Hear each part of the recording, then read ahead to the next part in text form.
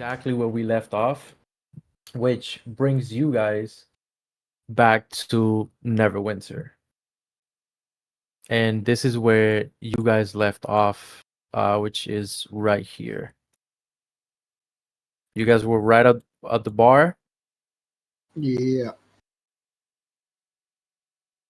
Mm-hmm.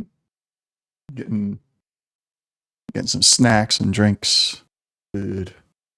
And I All that good did stuff. a little something for you guys. So if you guys click on your tokens, and Bob, you have to do this. If not, your line of sight will be hindered in a way. So you don't have 360 field of view anymore because no one has eyes in the back of their head. You're not some kind of creature. You're Leonin. So I gave you. We actually have a very, very, huge line of sight, but you have. I think I put it to like 100 and. What does it say? 360. It should not be 360. I think I put like 190. So if you grab your character, for example, and you hold down shift and you move the mouse button, you see how it rotates? Yeah. So you'll be able to rotate your character. So I need to basically rotate myself to whichever direction I want to be facing. Yeah, exactly. That's still way too big. Let's see. No, I want you to have a little bit more than 90 degrees because of your specific sense. Yeah, that's better. 100 is way better. And for Mando,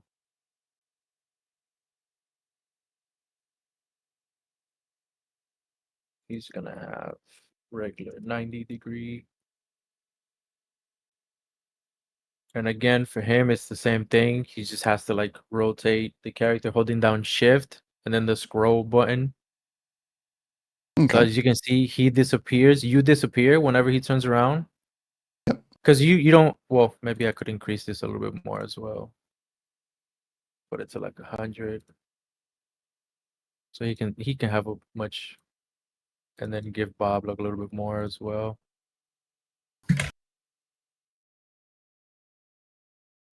That's perfect. All right, but I did a little something for you guys, and if you guys look to the west side of the map, remember where the blacksmith was located? There's now a character in the blacksmith shop called Blacksmith. And he will be your trader, and there's some pretty neat things in there that you guys might want to check out. I'm sorry, you're able to free move. That you guys might want to check out. So he's like in this direction over here. That's entirely up to you guys. Sorry about my camera. I haven't reset it. Nah, it's fine. So it's like a little person right in here inside the blacksmith. And you guys should be able to just, talk to him. He's a Kender. I did that for my buddy Kender. Little guy. Yeah. So if you guys click on him, it should pop up a menu that you guys can buy things. Let me know if it pops up. Double click him. Yeah. Yeah. So if you guys are gonna buy something, whatever you guys choose to buy, whatever it might be, all you have to do is hit the little buy item, which is the little dollar sign. The other one would be buy stacks. And I mean, you could try, but there's only like a quantity of one, except unless you're going for like a hand crossbow or something like that. But I wouldn't recommend you buy a stack of those because I don't think you need them. So it just buy like the little dollar sign, and it automatically does the transaction, and it shows it up in chat. So let's say, for example, you want the longsword, all you have to do is just click the $sign and it does the actual transaction, and you don't have to go into your character sheet and do the $sign or this or that. It automatically does it. Nice. It takes it away from your inventory automatically. And that was the little surprise that I had set up for you guys.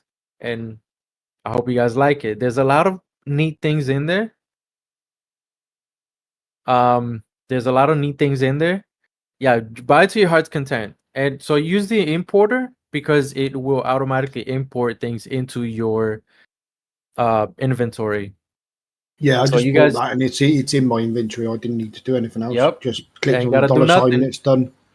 I mean, there. unless it's like a shield, you might have to equip it. Yeah. Same things with like gloves and stuff like that. You might have to equip it.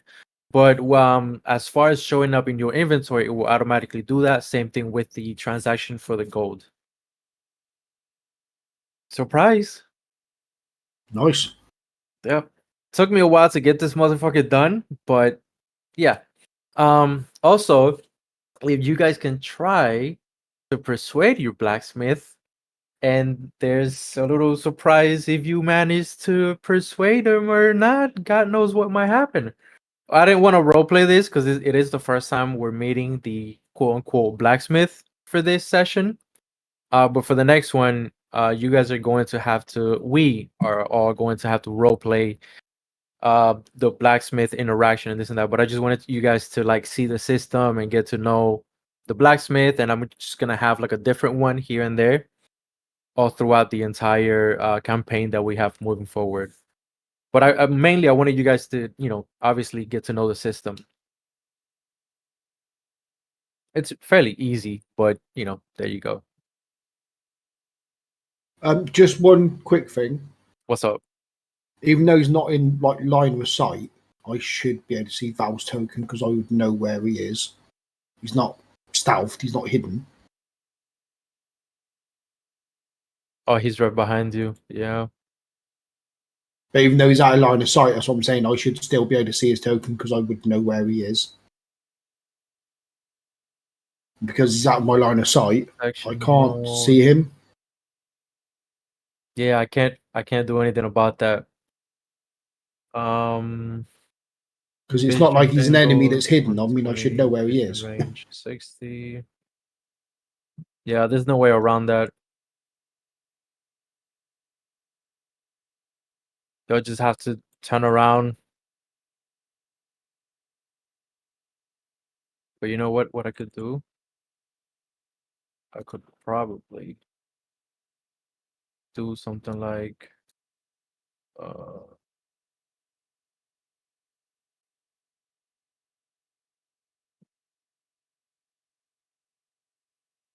yeah, but there's no way to see illuminated spaces with the normal sight. I got a new sword. That's all I can afford.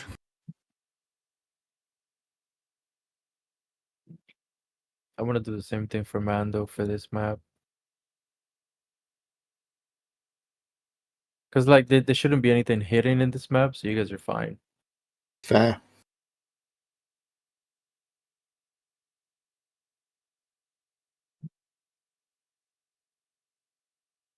This is currently our adventures. They're buying a long... Wait, don't you have a long sword? I had a short sword. Oh, fair. Now I got options. Hey, work with what you got. I see you, buddy. Oh, I don't see Yeah, anybody now. Same. Like I see my token and everybody else has just like disappeared. I've been transported to another world. What do you mean Same. another world? No. I'm still in the same map. I'm being elaborate I was with like, the. oh shit. I'm just waxing eloquent I can't about. even see myself now. Oh, you can't I've see yourself. disappeared Oh, now. no. Nope. I can't see anything. There we You go. might have I got to people back. refresh. Oh, you got people back? Okay, let's Yep. do the same thing for Bob. So I just hit refresh. See if that That helps. should fix it.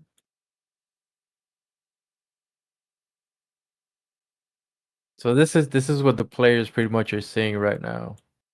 So what we're gonna do is we're gonna make this like maybe like 280. I mean, Rando's like right behind him. We'll make Rando's like 200. So, 'cause, you know, you can see through your sides. Yeah. Peripheral vision. Yeah.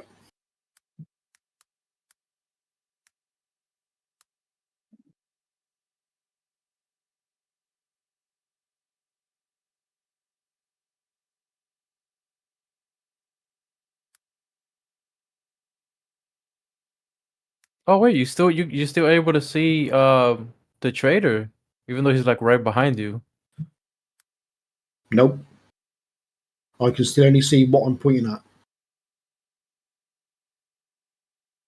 Oh, he does fade away when he's right behind you. I see. Yeah. Good. That's how we're gonna keep it. All right. Well, I suppose we have. Oh, there's a great. Hold on. Oh no, they cost 100 gold piece. Goodness, potions are not cheap. Oh no, my Oh. friend.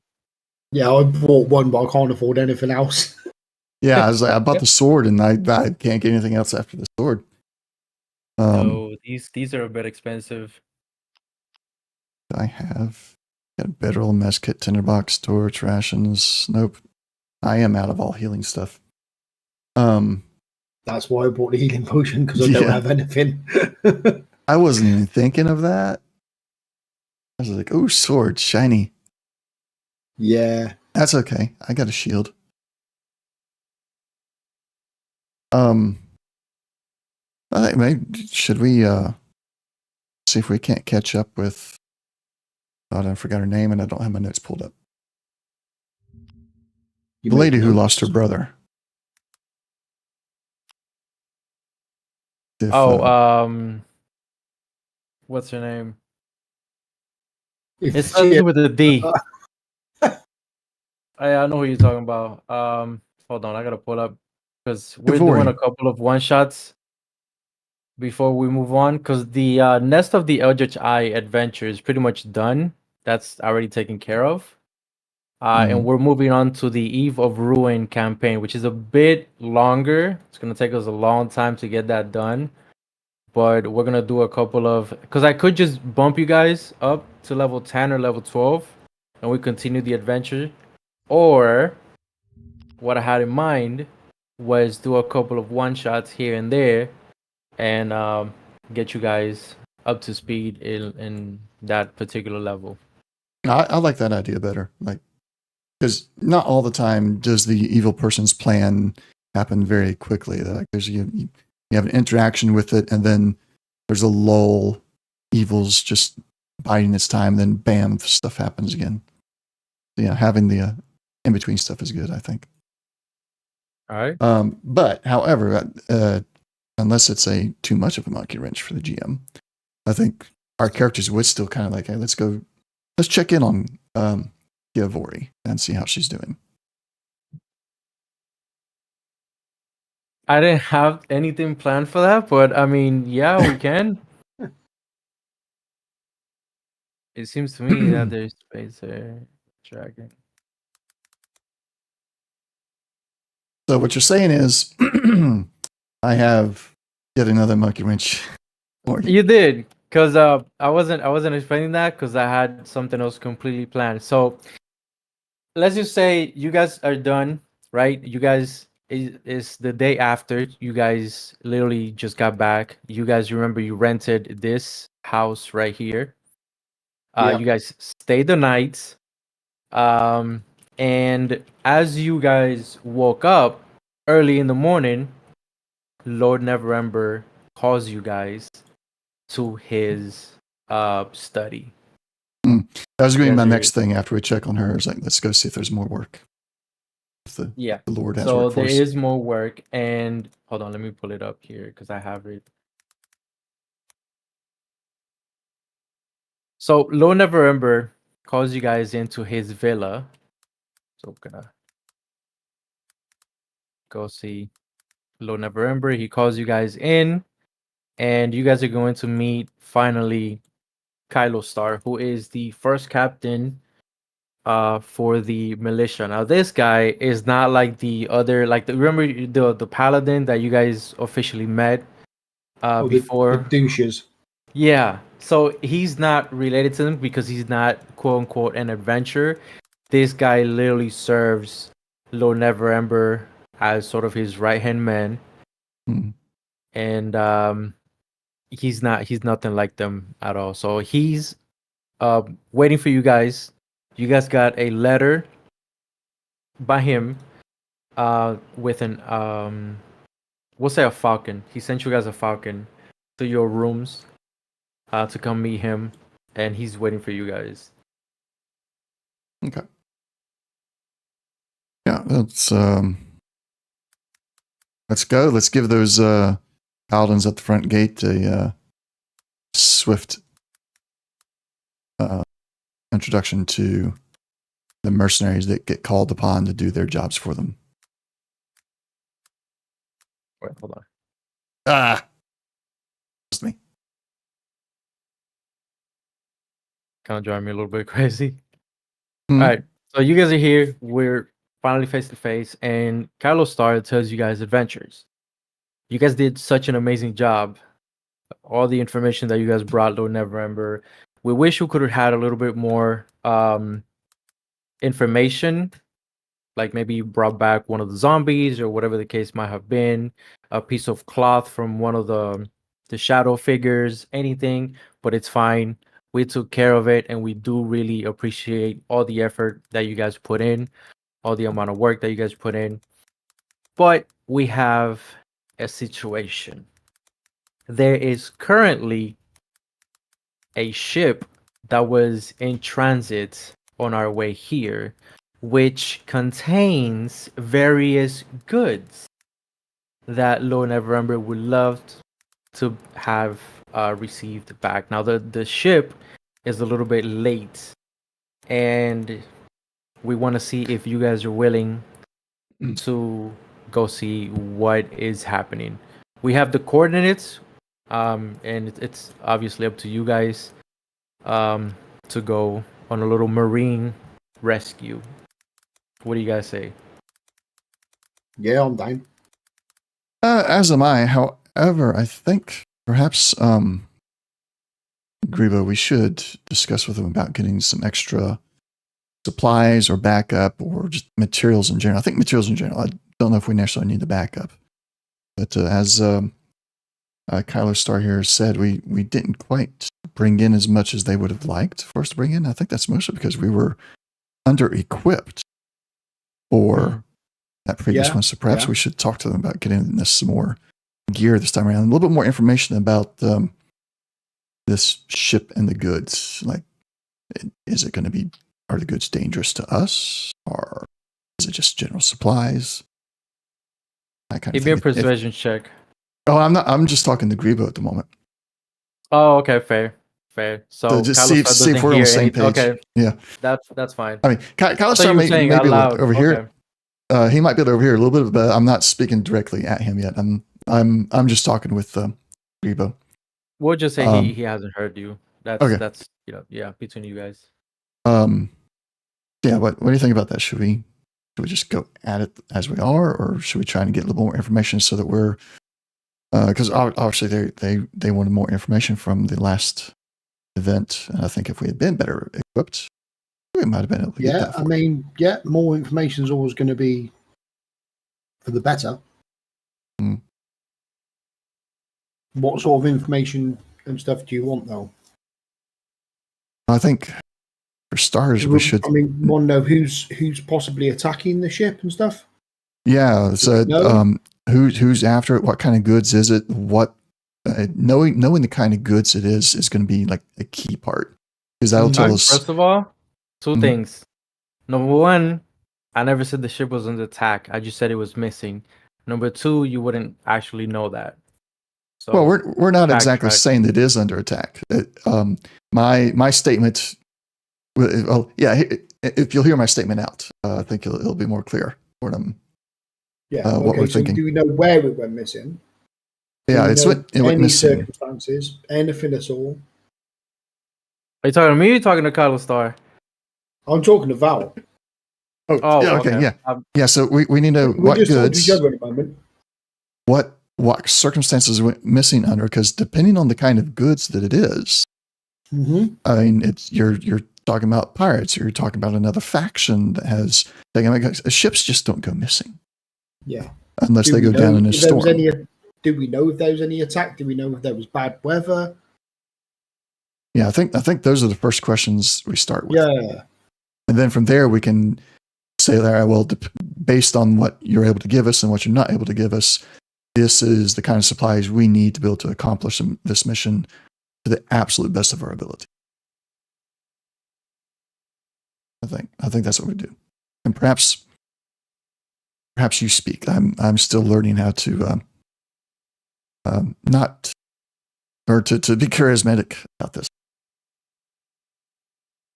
So maybe if you start with your growling at them, and then I can calm it down afterwards. So my intimidation is better than my persuasion. Let's just say that. Yeah.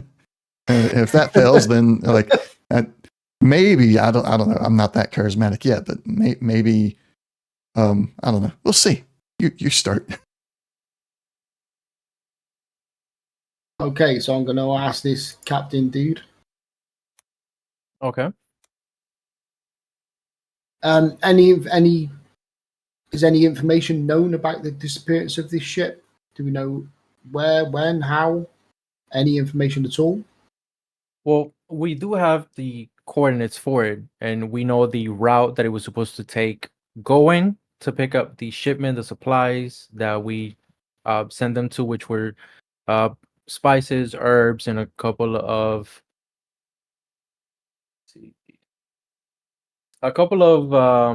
we'll say exotic goods. And we know the route that they were supposed to take coming back. I can give you the exact route that they were going. Now, the ship has been missing for 3 days, but we don't know exactly what's going on. That's why we need you guys to go out there and investigate. Again, as we did mention previously, as with Lord Neverember, information is more important than anything else. So the more information you're able to provide, for example, like what's going on with the ship, are these are these traders or the people that are bringing in the shipment, are they trying to steal from us? Did they make a stop along the way? We don't know what's going on right now, and that's what we're trying to figure out. Because it could be that the ship is attacked, but what if they're trying to steal from us? That's what we want to know. Now, obviously, we know sort of what quantity of these things are being brought in, but you know how people skim, right? They skim a little bit off the top, and you never really know. So that's what we're trying to find out. And again, the more information you guys bring, the better it is, and the better reward you guys will receive, as always. Well, if we can get to the best of your knowledge, a full copy of what the inventory was supposed to be. Yeah, the ship's manifest.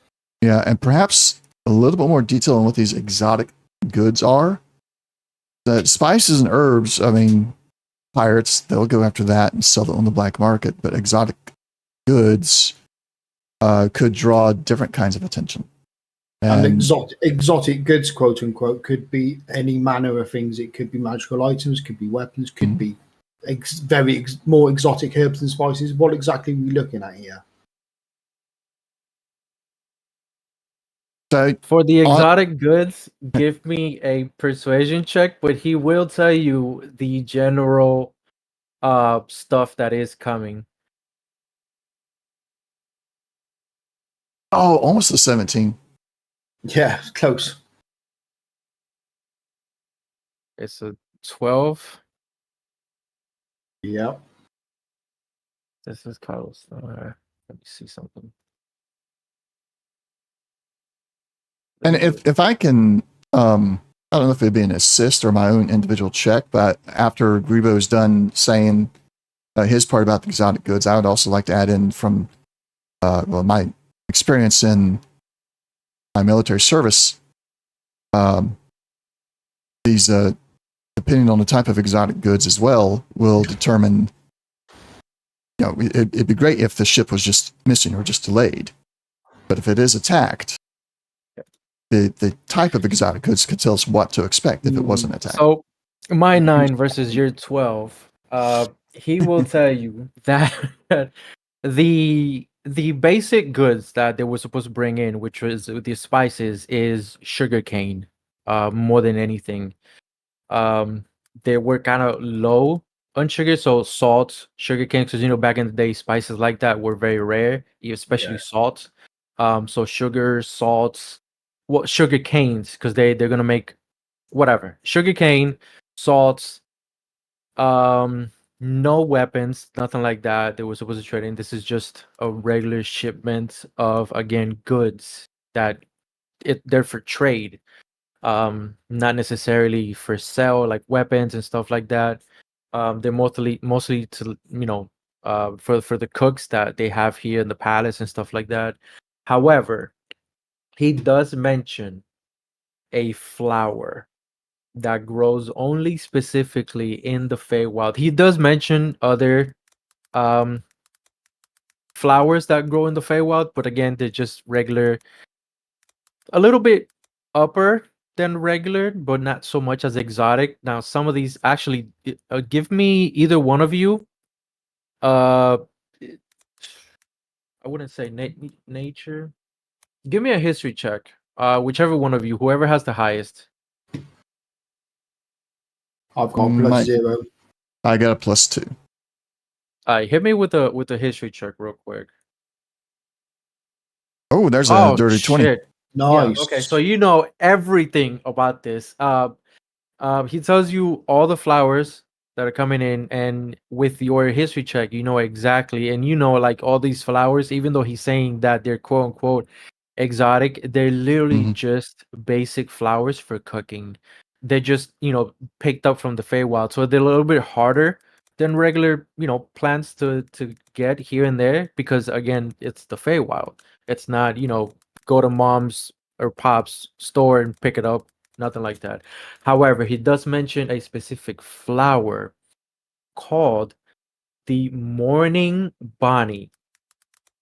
It's a purple flower that grows specifically in graveyards of the Feywild.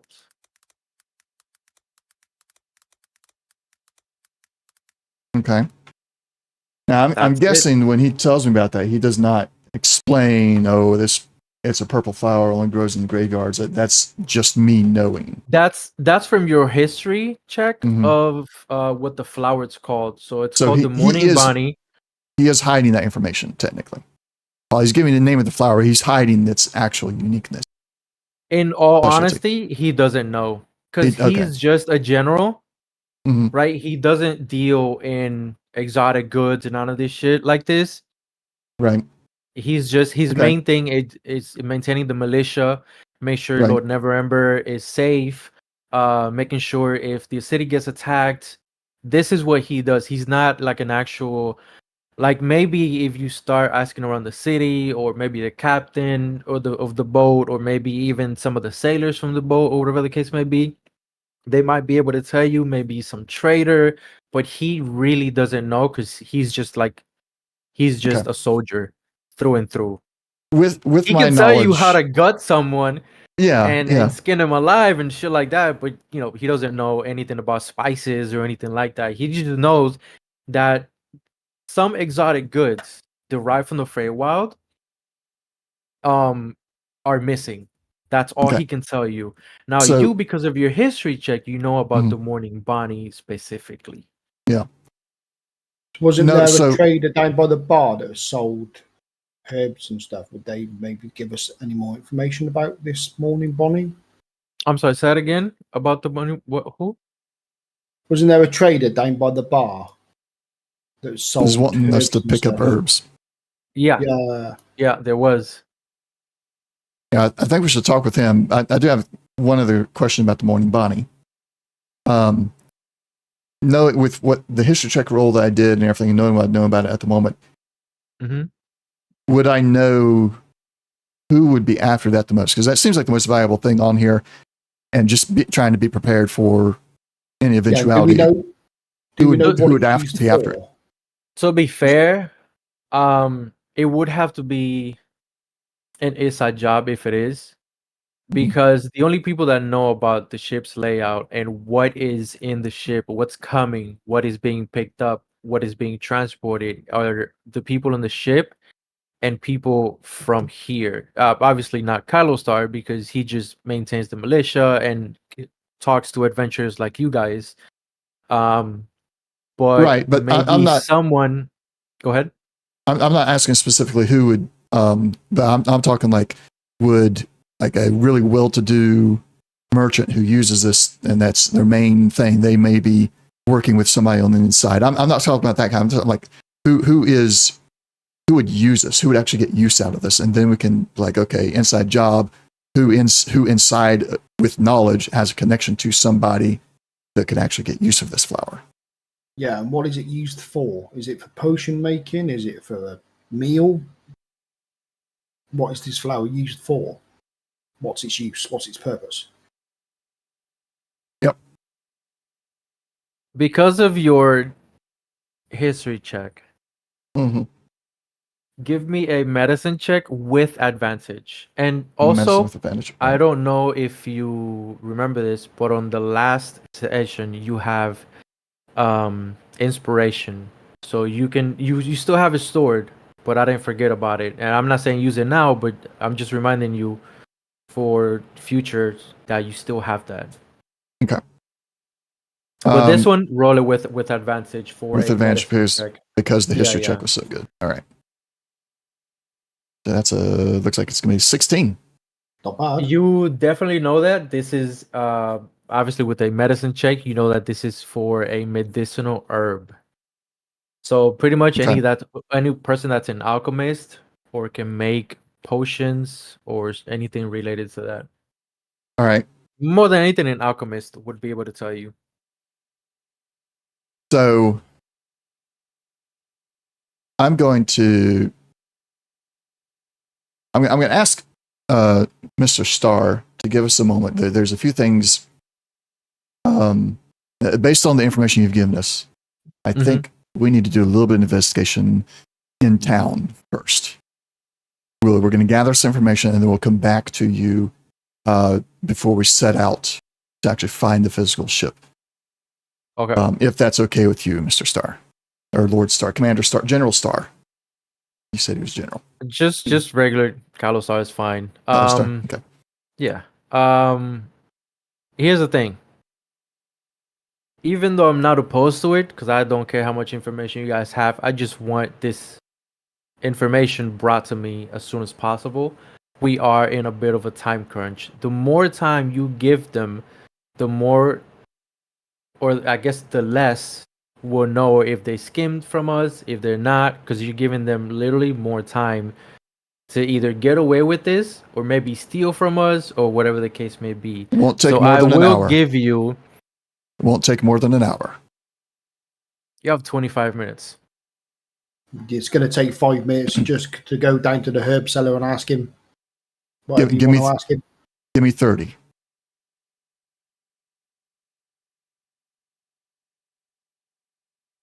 Fine.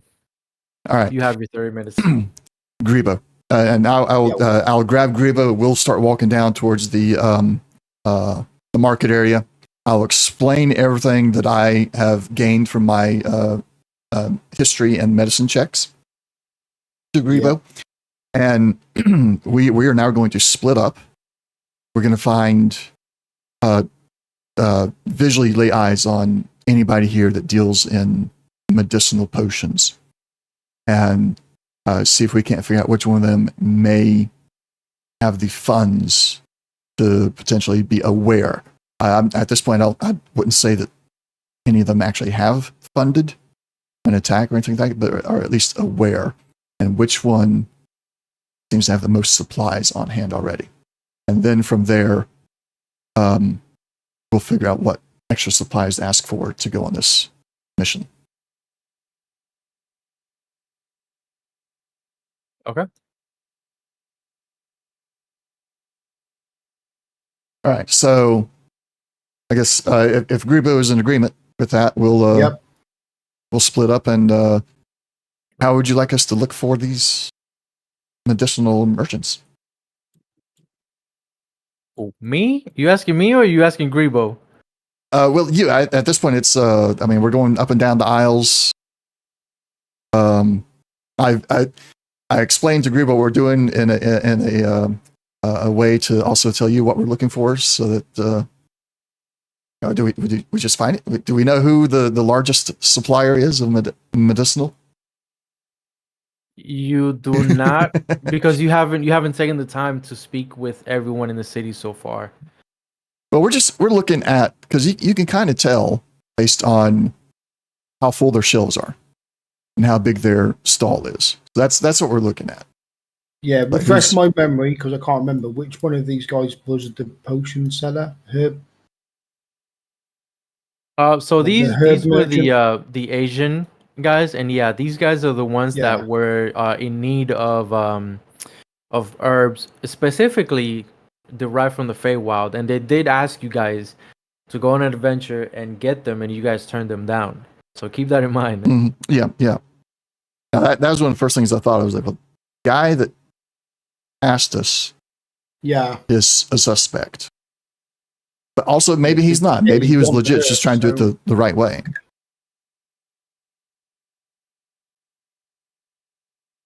Don't know. I guess you'll have to ask and find out. Which one of these shops is the largest?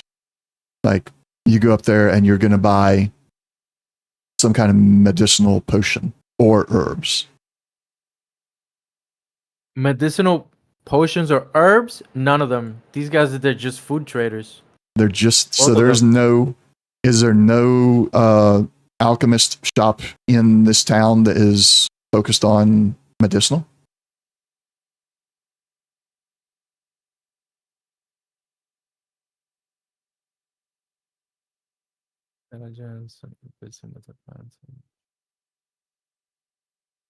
Give me.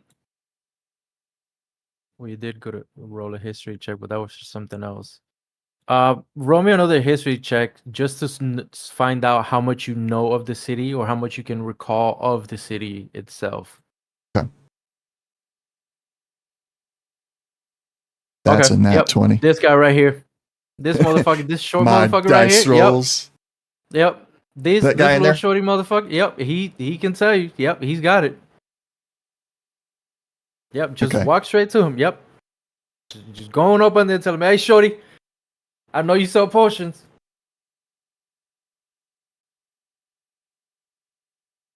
Those are some really good rolls. What the hell were these rolls? Not yesterday, last Thursday. Jesus Christ! I know. But I got my lucky dice with me the whole time now, so that could be it. What's his name? He's just blacksmith. I couldn't come up with a name because I was dealing with the other map. Anyways, we'll call him Kender. Just call him Kender. Hey, Kender. I'll change his name. I got a few questions for you, if you don't mind. Sure thing, Sonny. How may I be of service? I'm just curious. I'd really like to know, because my friend and I here, we're getting ready to go out on a bigger adventure. We don't really have a lot of money to buy supplies, so we're looking to maybe learn the recipe. And you're one of the buddy biggest over there buy a potion. So how can I be of service? You're like the biggest seller of potions. That's what we're mostly focused on right now, is medicinal. What are your recipes? What's the largest or the most effective ingredient that you use in these, and what quantities do you have to use them in to make the best potions? Wait a minute. You want me to give you my trade secret so you can put me out of business? No, we're not looking to sell. Here. We ain't looking to sell. Here's the thing. Any that I get while I'm out and about, we make our small potions when we do short rests and everything. Whatever I have left over, I'll bring back and sell it to you at lower sell it cost. To me. And I'm giving you my recipe, and you're going to sell me used potions at a lower cost than not used potions. The raw herbs, because you'll mix it better than we can. Nobody will buy it. If we were to set up a shop to sell the potions, nobody would buy it because they're not going to be effective as yours. So what I'm offering is like show us a little bit of how do we make some of our own while we're out and about, because we can't afford yours at the moment. And then we can sell you our extra herbs at a lower cost than what you probably get them at already.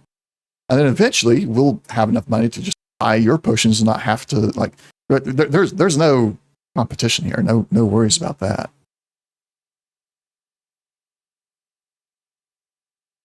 Why did my character sheet just close? Your character sheet closed? Yeah, I had it Yeah. popped out, then just suddenly it Same. gone. Oh, you had the character sheet for the Kender pulled up? No, for my character. Yeah, same. But I can Oh, now no. see the character sheet for the Kender, which I probably shouldn't be able to see. I can see all his stats. Oh, I can see it too. I can see his spell book. I can see everything, which I probably shouldn't be able to see. No, you should not. Yeah, I got a folder called Gems, Characters, and Players. Under Players, I only got myself. Under Gems, Characters, Yeah. I got Blacksmith. Yeah, I can see. Yeah, same. Yeah, I you can should see be able Jen's to only characters be as able to well. see Blacksmith. Yeah, I'll close it. I won't look at it. No, it's fine. 'Cause I put him back to, oh, you already saw the stats, but it doesn't matter. I'll forget the stats too quickly anyway. yeah. I didn't Give take me- that much notice, but yeah, Because I had to switch over because it's like it's a little thing that you have to switch between the loot sheets and then his character sheet. Because he's obviously also a character, but I couldn't remember his character sheet. Mm. Roll me a persuasion check. But because of the Okay. fact that you're trying to steal with him, roll it with disadvantage.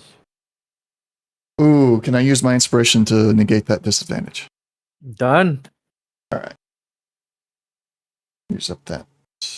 And go persuasion normal. Well, crud. Nope. that'll be Okay. a no.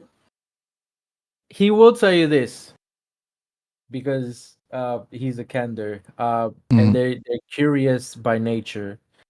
He tells you this: I would not tell you my secret or how I do the mixing, and you have to be careful when you mix potions. I will tell you that because I don't want you to go out there, do some dumb shit, and then kill yourself.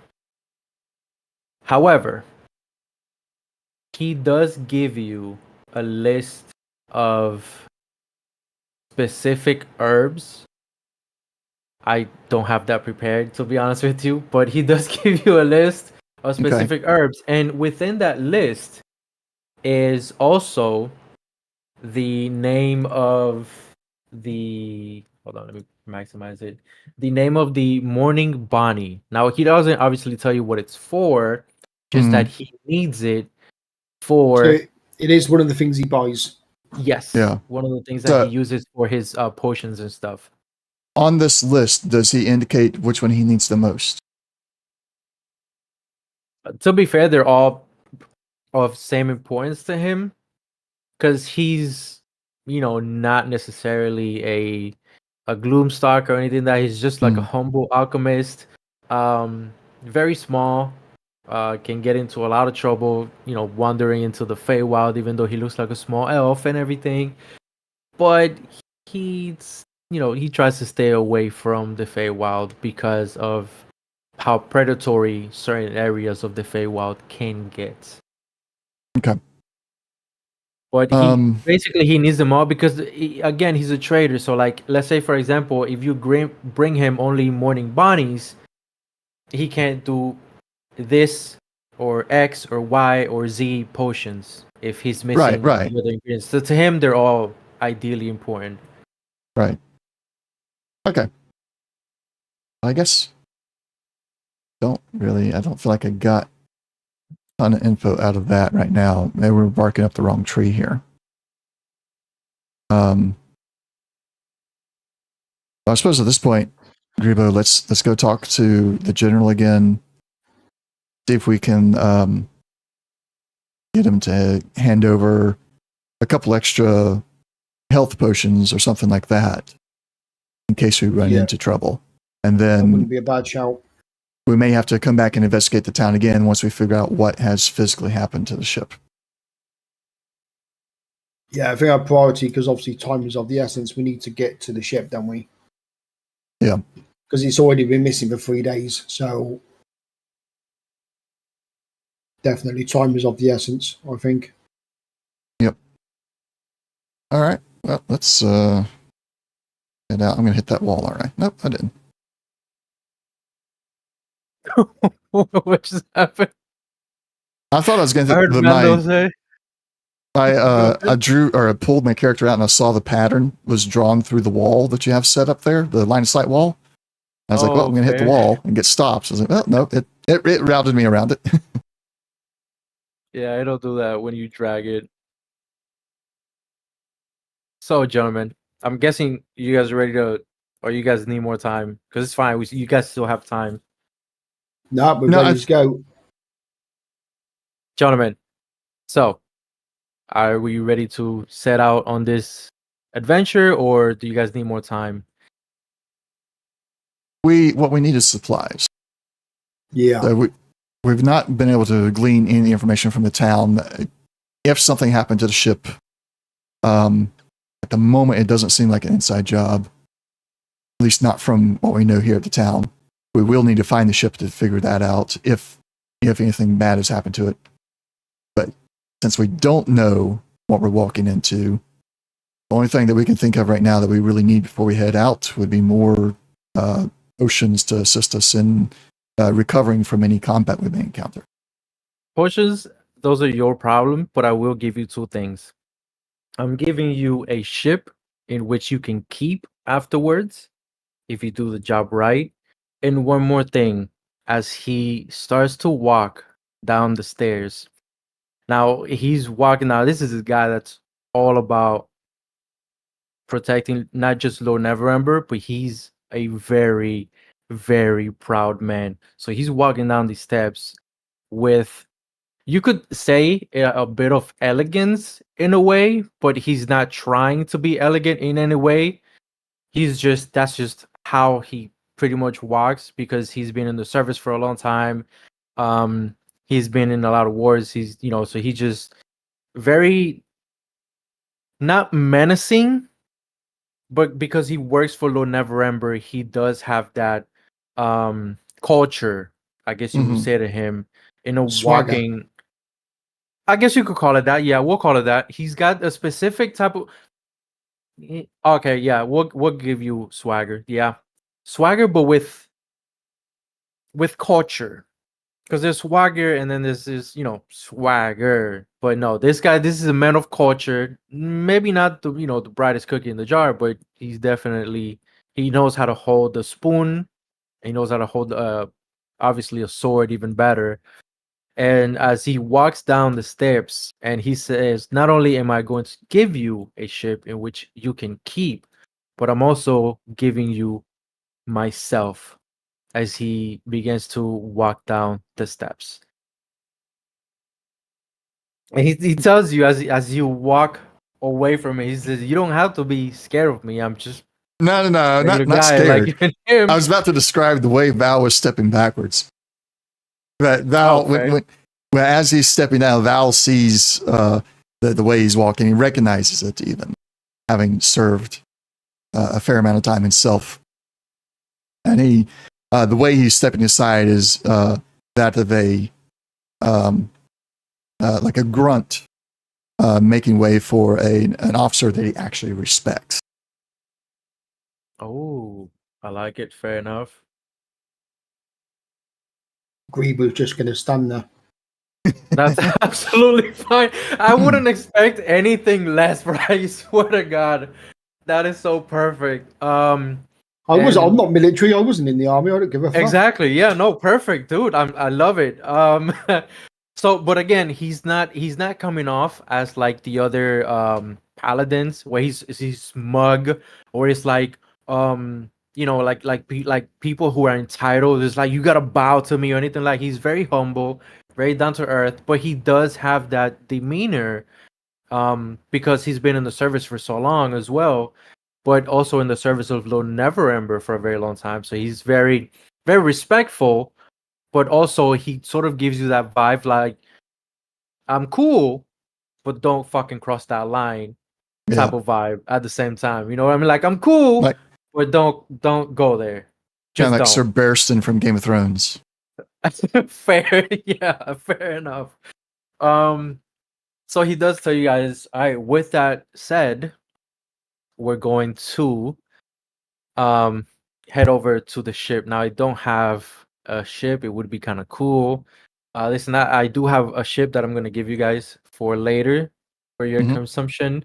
Let you guys inspect it, do whatever you guys want to do, but we're gonna switch over to our next map. And I just need to do something here really quick.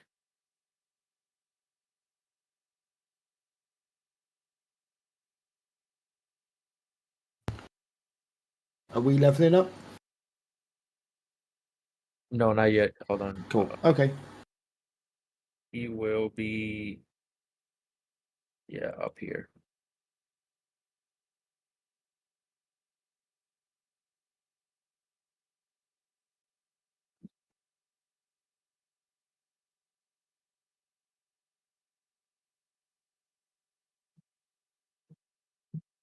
Let me see what you guys are seeing right now. Got a 98% loaded so far. Okay. Yeah, same. It's still loading.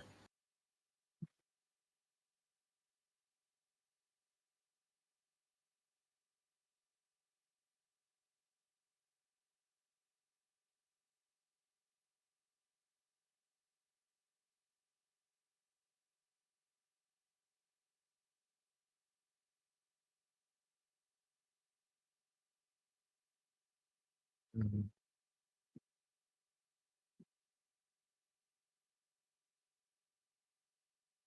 And it's sitting there rolling so good.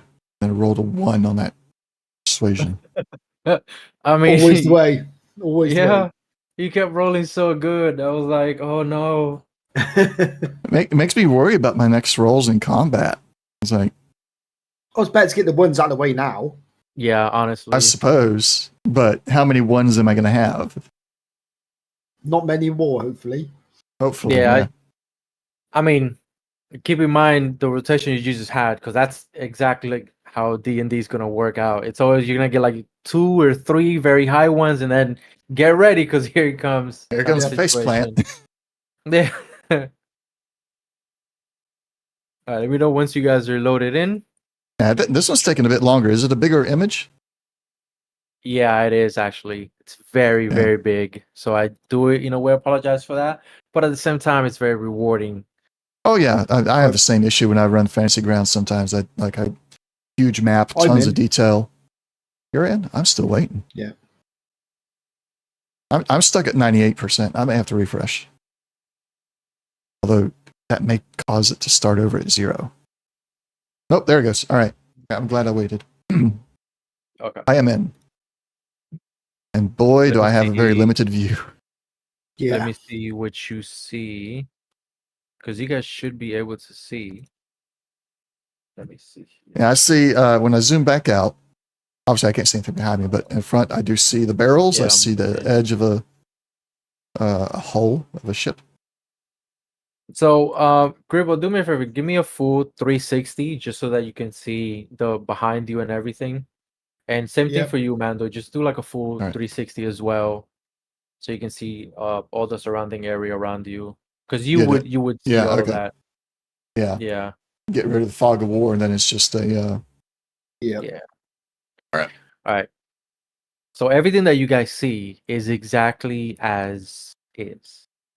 So these barrels, you guys, as soon as you guys enter this sort of, now the ship, as you can see, is all of this section around here, and it's a very, very big ship. Would you say Unfortunately, Carvel size? the what? Caravel? Or maybe frigates? Because it looks like we're in a sloop, perhaps. Listen, it's the only ship I'm that I sorry. could find. I'm using actual old Yeah, wooden Jem has ship no terms. idea what Jem has Yeah, no I idea don't what you're know talking that, about. but look, it's none of those, and the reason is, I mean, you could say something about your ship, like if you move the tokens just a little bit, you'll be able to see Oh, that 3 ship. masts. Okay. But the Yeah, ship that's that not a you're sloop. headed to, unfortunately, because I couldn't find an image for it on Dungeon Alchemist or create one, it doesn't look like this one. It's just it looks kind of, you'll see soon enough. But it was Basically, the it's only just, one that I could find that was in the state that it needed to be. So as you guys enter this section, you do notice, and you don't have to roll anything for this or anything, because it's right away. As soon as you enter this section, you see specifically these barrels just floating in the ocean, as well as these barrels down here. So anything that you see in the ocean, you don't have to roll like any perception check or anything. They're literally just out there. Now you can do like a investigation check or even a wisdom check to find out what's in the barrels. yeah, I was just about to say, can I investigate what's in these first lot of barrels closest to us? Yeah, go for it. While So he's give making me that, yeah. What is making what? no, go ahead. Tell him what skill to roll, and then I'll ask while he's rolling. Just a regular investigation check is fine. Whatever you have highest, in wisdom or intelligence, whatever you want. What is the size difference? Like, is our what we're visually seeing here actually the size difference in our ship and the ship we're investigating? Is that the actual size difference? I mean, I hope not. To be fair, this is a very, very. So you ever seen the Spanish Men of War? Yes. That's the similar thing that you're headed to right now. Yours is Okay. just, a little put together, fast little cruiser. I don't know what they're called, but Well, that they're would be a fast. sloop. Okay, so Yeah. you're in a sloop. Okay, But so it does there's no have- way it is we're packed. recovering. We're not going to recover the cargo if this cargo ship is no longer mean, seaworthy.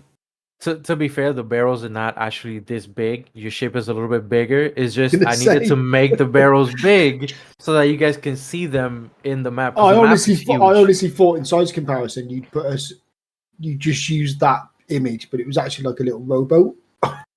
No. Your ship is bigger. Because of the size comparisons. It was like, No, I'm sorry. No, so your ship is actually bigger. Except maybe compared to like the big ship, yours would be about half the size of the actual ship. yeah. But I needed to make the barrels like extremely big in the image per se, so that you guys could see them very well on your because I didn't know how it was gonna come out. So I was like, I'd rather them to see it really big and know that these are barrels than just some random weird stuff on the ocean, and then they wouldn't know what it was. I wanted you guys to know very clearly, hey, these are barrels, these are open, this is what's happening with these barrels. Well, anyway, I Oh. rolled a 7, so I'm guessing I have no idea what's in these barrels. I mean, you see sort of like dust in some of them, but you can't make out like what it is. You do see. Do I see any plants or anything at least? Yeah, Do I you see can. any herbs, plants, things like that? Yeah. I mean, you can see roots and maybe like the color. You know how roses have like the little petals and stuff, but you can't make out what they are. And obviously, I wouldn't actually maybe know what this morning body even looks like. Val would, because he rolled a 20 on that check, but I wouldn't even know what it looks like anyway. No, yeah, you would, because I'm assuming. Did you tell him or not? Yeah, I So shared everything I Val knew. would have described it to me, so I know what I'm actually looking for. Then yeah, it's a purple flower. Okie dokie. Yeah, it's Drive a Dalton. purple flower. What you're looking for. It's a very deep, sort of purple flower from the Feywild. So I'm guessing with that roll, I don't see any purple flowers in those barrels. No, you do not. That's fair. Not While- with that. But yeah, wow. While Grebo's looking at that, Val's going to be looking around the ship, the kits and all on the ship, looking for some netting. And while we're going past these barrels on our way to the ship, I'm going to try and grab up, get them in nets, drag them along behind us, get them on the deck or something, so that they're not all lost. Yes. You completely lost me. What are you doing? All right, Basically, so he's trying to net the barrels so we can Yeah. take the barrels with us to take them back to Lord Ulfgar. Oh, fair Typically, enough. these older ships like this, the wooden ships, they had like, large diameter rope woven into nets, and they would just Yeah. like stack barrels inside of the net and then we could either bring Just it on drag it onto the behind deck, us, or yeah. or drag it behind us. Yeah.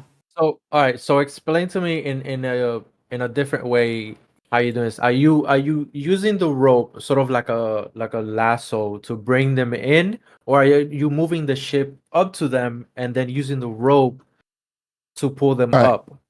So I will take, and the ship should have the rigging for this. I'm sorry, Okay. I'm a bit of an old ship nerd. No, it's That should- it absolutely should- fine. yeah, Like, there should be netting perfect. on the ship. Yeah, so like a fishing net. Okay. Okay, Except these are that's fine, made yeah. much larger, bigger diameter rope to be able to hold things like barrels. And I Okay. should have the rigging to be able to put it out there and have the net flows under the water underneath the barrels, and so 4 ropes attached to it. 2 of them bring the netting underneath the barrels, and the 2 will bring the other side of the netting on top of, and then pulled up on the crane, and then all the barrels and everything are captured inside of this net. And then we can tie it off so that they won't come out, and let it drag behind us or bring it onto the deck. Okay, so because either way you have to pull up the net once you have the Yeah, barrels in the net. Mhm. So give me just a straight strength check. I for think this. I Okay. would be doing that. Maybe. Actually, you Maybe know I would what? be the one Since pulling the rope. you will be helping him, do it with advantage. Because the point is to get the barrels, but just Yeah. roll it with advantage because you would be helping him. To be fair, so yeah, just roll it with advantage. Just regular strength. Whoever wants, just You roll got- it with advantage. What you got on strength? I've got a +5. Yeah, you roll then. I'll be assisting you. Yeah, so I'll roll I'll with use my advantage, knowledge from my service, and you'll do the manual labor. For the 21, yeah, Nice. you pick them up like nothing. This doesn't. I mean, for big ass Gribbo, this is nothing. This is like picking it up with a pinky. You just having fun with this. You splashing around in the water, even though it's not your area. But you nothing stops you from lifting this up with your index finger. Just no problem. I could do this all day type of situation. And that's what we got going on. So I can't move the boat because it's an image. I So we've got know, to use but imagination where the boat's moving as well. Yeah. Yes. yeah. So we're just moving along the way. Now this is where things are going to get a little bit tricky.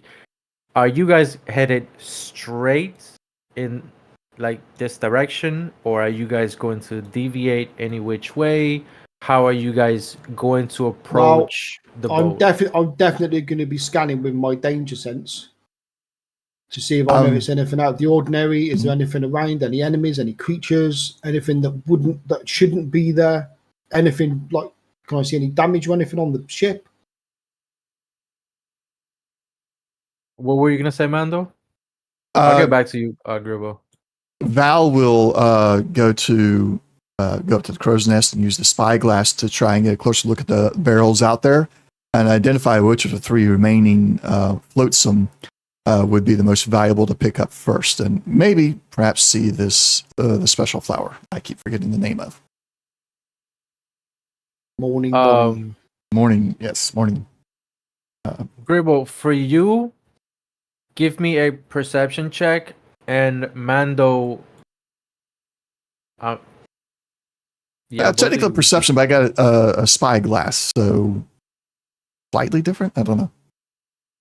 Yeah, would I get advantage because of my danger sense? No, this is Mando just get a advantage? normal. Right. Just normal. Mando, for you, since you have the spyglass. Oh shit! Oof. I don't see nothing. That was almost a 19. That was almost good. Yeah, I saw it roll. I was like, oh, it's gonna hit Yeah. 19, but Nope. but no. So far, you see the ship from where you are, and to be fair, from the distance that you are, it's not exactly super far, but you do see that the ship is slightly damaged. Now you don't see anything else other than that, but just that is damaged, per se, slightly from what you can see right now. Mando, for you, for the flowers and the spyglass,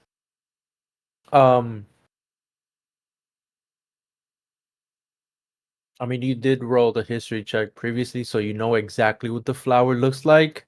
Hmm. Are you looking somewhere specific or just like around in general? The three flotsam groups of barrels. I'm going to look at each one and You're gonna look determine. at Well, not each barrel, just like each group of barrels. each See what, stack, yeah. and then because what he's trying to do is like if he sees the flowers, then like okay, that's the group we're going for. If he doesn't see the flowers, then it's like, well, which one looks like it's probably the more valuable supplies to grab first in case we can't get to all three of them. Okay, because you're looking at so many things at once and you guys are on a time crunch, roll it normal. Okay.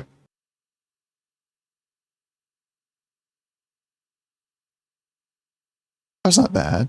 15. That's not bad at all. Unfortunately, the flower is in none of them. None The of them? specific flowers. These are just regular spices like chili powder, maybe some flowers from the Feywild, but not exactly what you're looking for. Some of them are for sweets. You can tell that much with your incredible Okay. So maybe history some of the check. sugar cane is in there. Yeah, sugar For the cane, sweet stuff. stuff like that, but nothing, like what you're looking for like alchemical type of stuff or the morning Bonnie per Okay. se. These are just regular spices. Two So other is it naval there's- questions then. Which way is the wind blowing and which way is the current flowing? Good question. So the current is flowing from this direction. I don't know if you can see it. I see from your this ping, yep. direction towards you guys. Towards us. Okay. Yeah, that's where And it's the flowing. wind? It's flowing towards you guys. The wind is going from west to east. Okay. I will call down to, I guess, what's his name is steering the ship at the moment. Since I'm in the crow's nest and Captain Rebo's- White Pants. yes. I'll tell him go for the starboard flotsam. And then from there I'll use my character to kind of give you an idea. We'll go out like this and then swing back around with the wind this way if we're going to try and pick up all those flotsams. Oh, okay, I see. So you're gonna I gotcha. Yeah, so you're gonna basically head pick up all the you're gonna barrels, head in yeah. this direction, and then this direction to pick up the whole thing, and use Right. the Trying to use the get to the one that's most likely going to get away from us quickest based on the current and the wind, but then also using the wind to our advantage to catch up to the others that are further away. So we'll be going against the wind at first, and then we'll be turning and going with the Right. wind to grab the last two flotsam. to left. So you end up we could just say like maybe I know it's on top of the barrels, but you'll end up like around this section here. Right. In general. And because you guys rode so good with that 21 strength check, you guys are able to pick this up with no problem, and you guys would end up like around here. Now Would be facing this, the rear. I because think.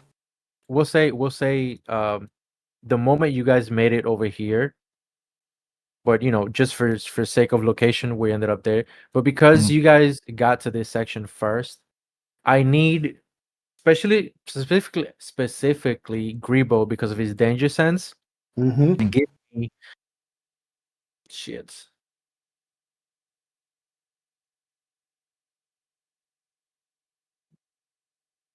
Give me an investigation check. Actually, you know what? Either investigation or perception, whichever one you have highest, because you would notice. They're both the same, so it doesn't matter. Oh shit! Just Same straight thing. rolls. You know what? Same thing for you, Mando, but roll them individually. Which Whichever two, one perception? you have highest. Perception or investigation. Or investigation. Yeah, Just whichever one straight you rolls, guys have highest. Yeah, just straight rolls for this. Not bad. Oof. Oh, bad. Doesn't matter. Gribbo, with your amazing, incredible skills of danger sense, you smell smoke. And as a matter of fact, the both of you, with a 9, the both of you, because your field of view and your range of vision is not as long as Gribbo, you barely see the smoke, but there's also smoke. But Gribble not only sees the smoke, he smells it.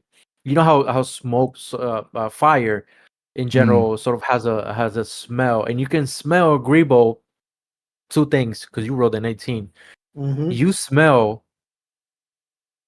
black powder. Okay, well, that answers my next question because I was going to ask: is it a cooking fire or? I'm So guessing it's you not a obviously, cooking so fire. you know when Yeah, you burn wood, it has a specifically a type yeah, of wood yeah, smell. So you smell that, but on top of that, you do smell the smell of the black powder, which is gunpowder. But yeah. you do smell it faintly because it is very far away from you. But you know how It's it like an gets acrid carried smell. within the Yeah. wind. Like if you throw it up and you throw dust in the wind, it Hmm. gets carried away. This is exactly what's happening. You smell it faintly, but you do smell it. Okay. Well, I'm going to pass that information on to my compatriots. All right, do me a favor, role play that for me. The conversation between the two of you. How do you tell them that?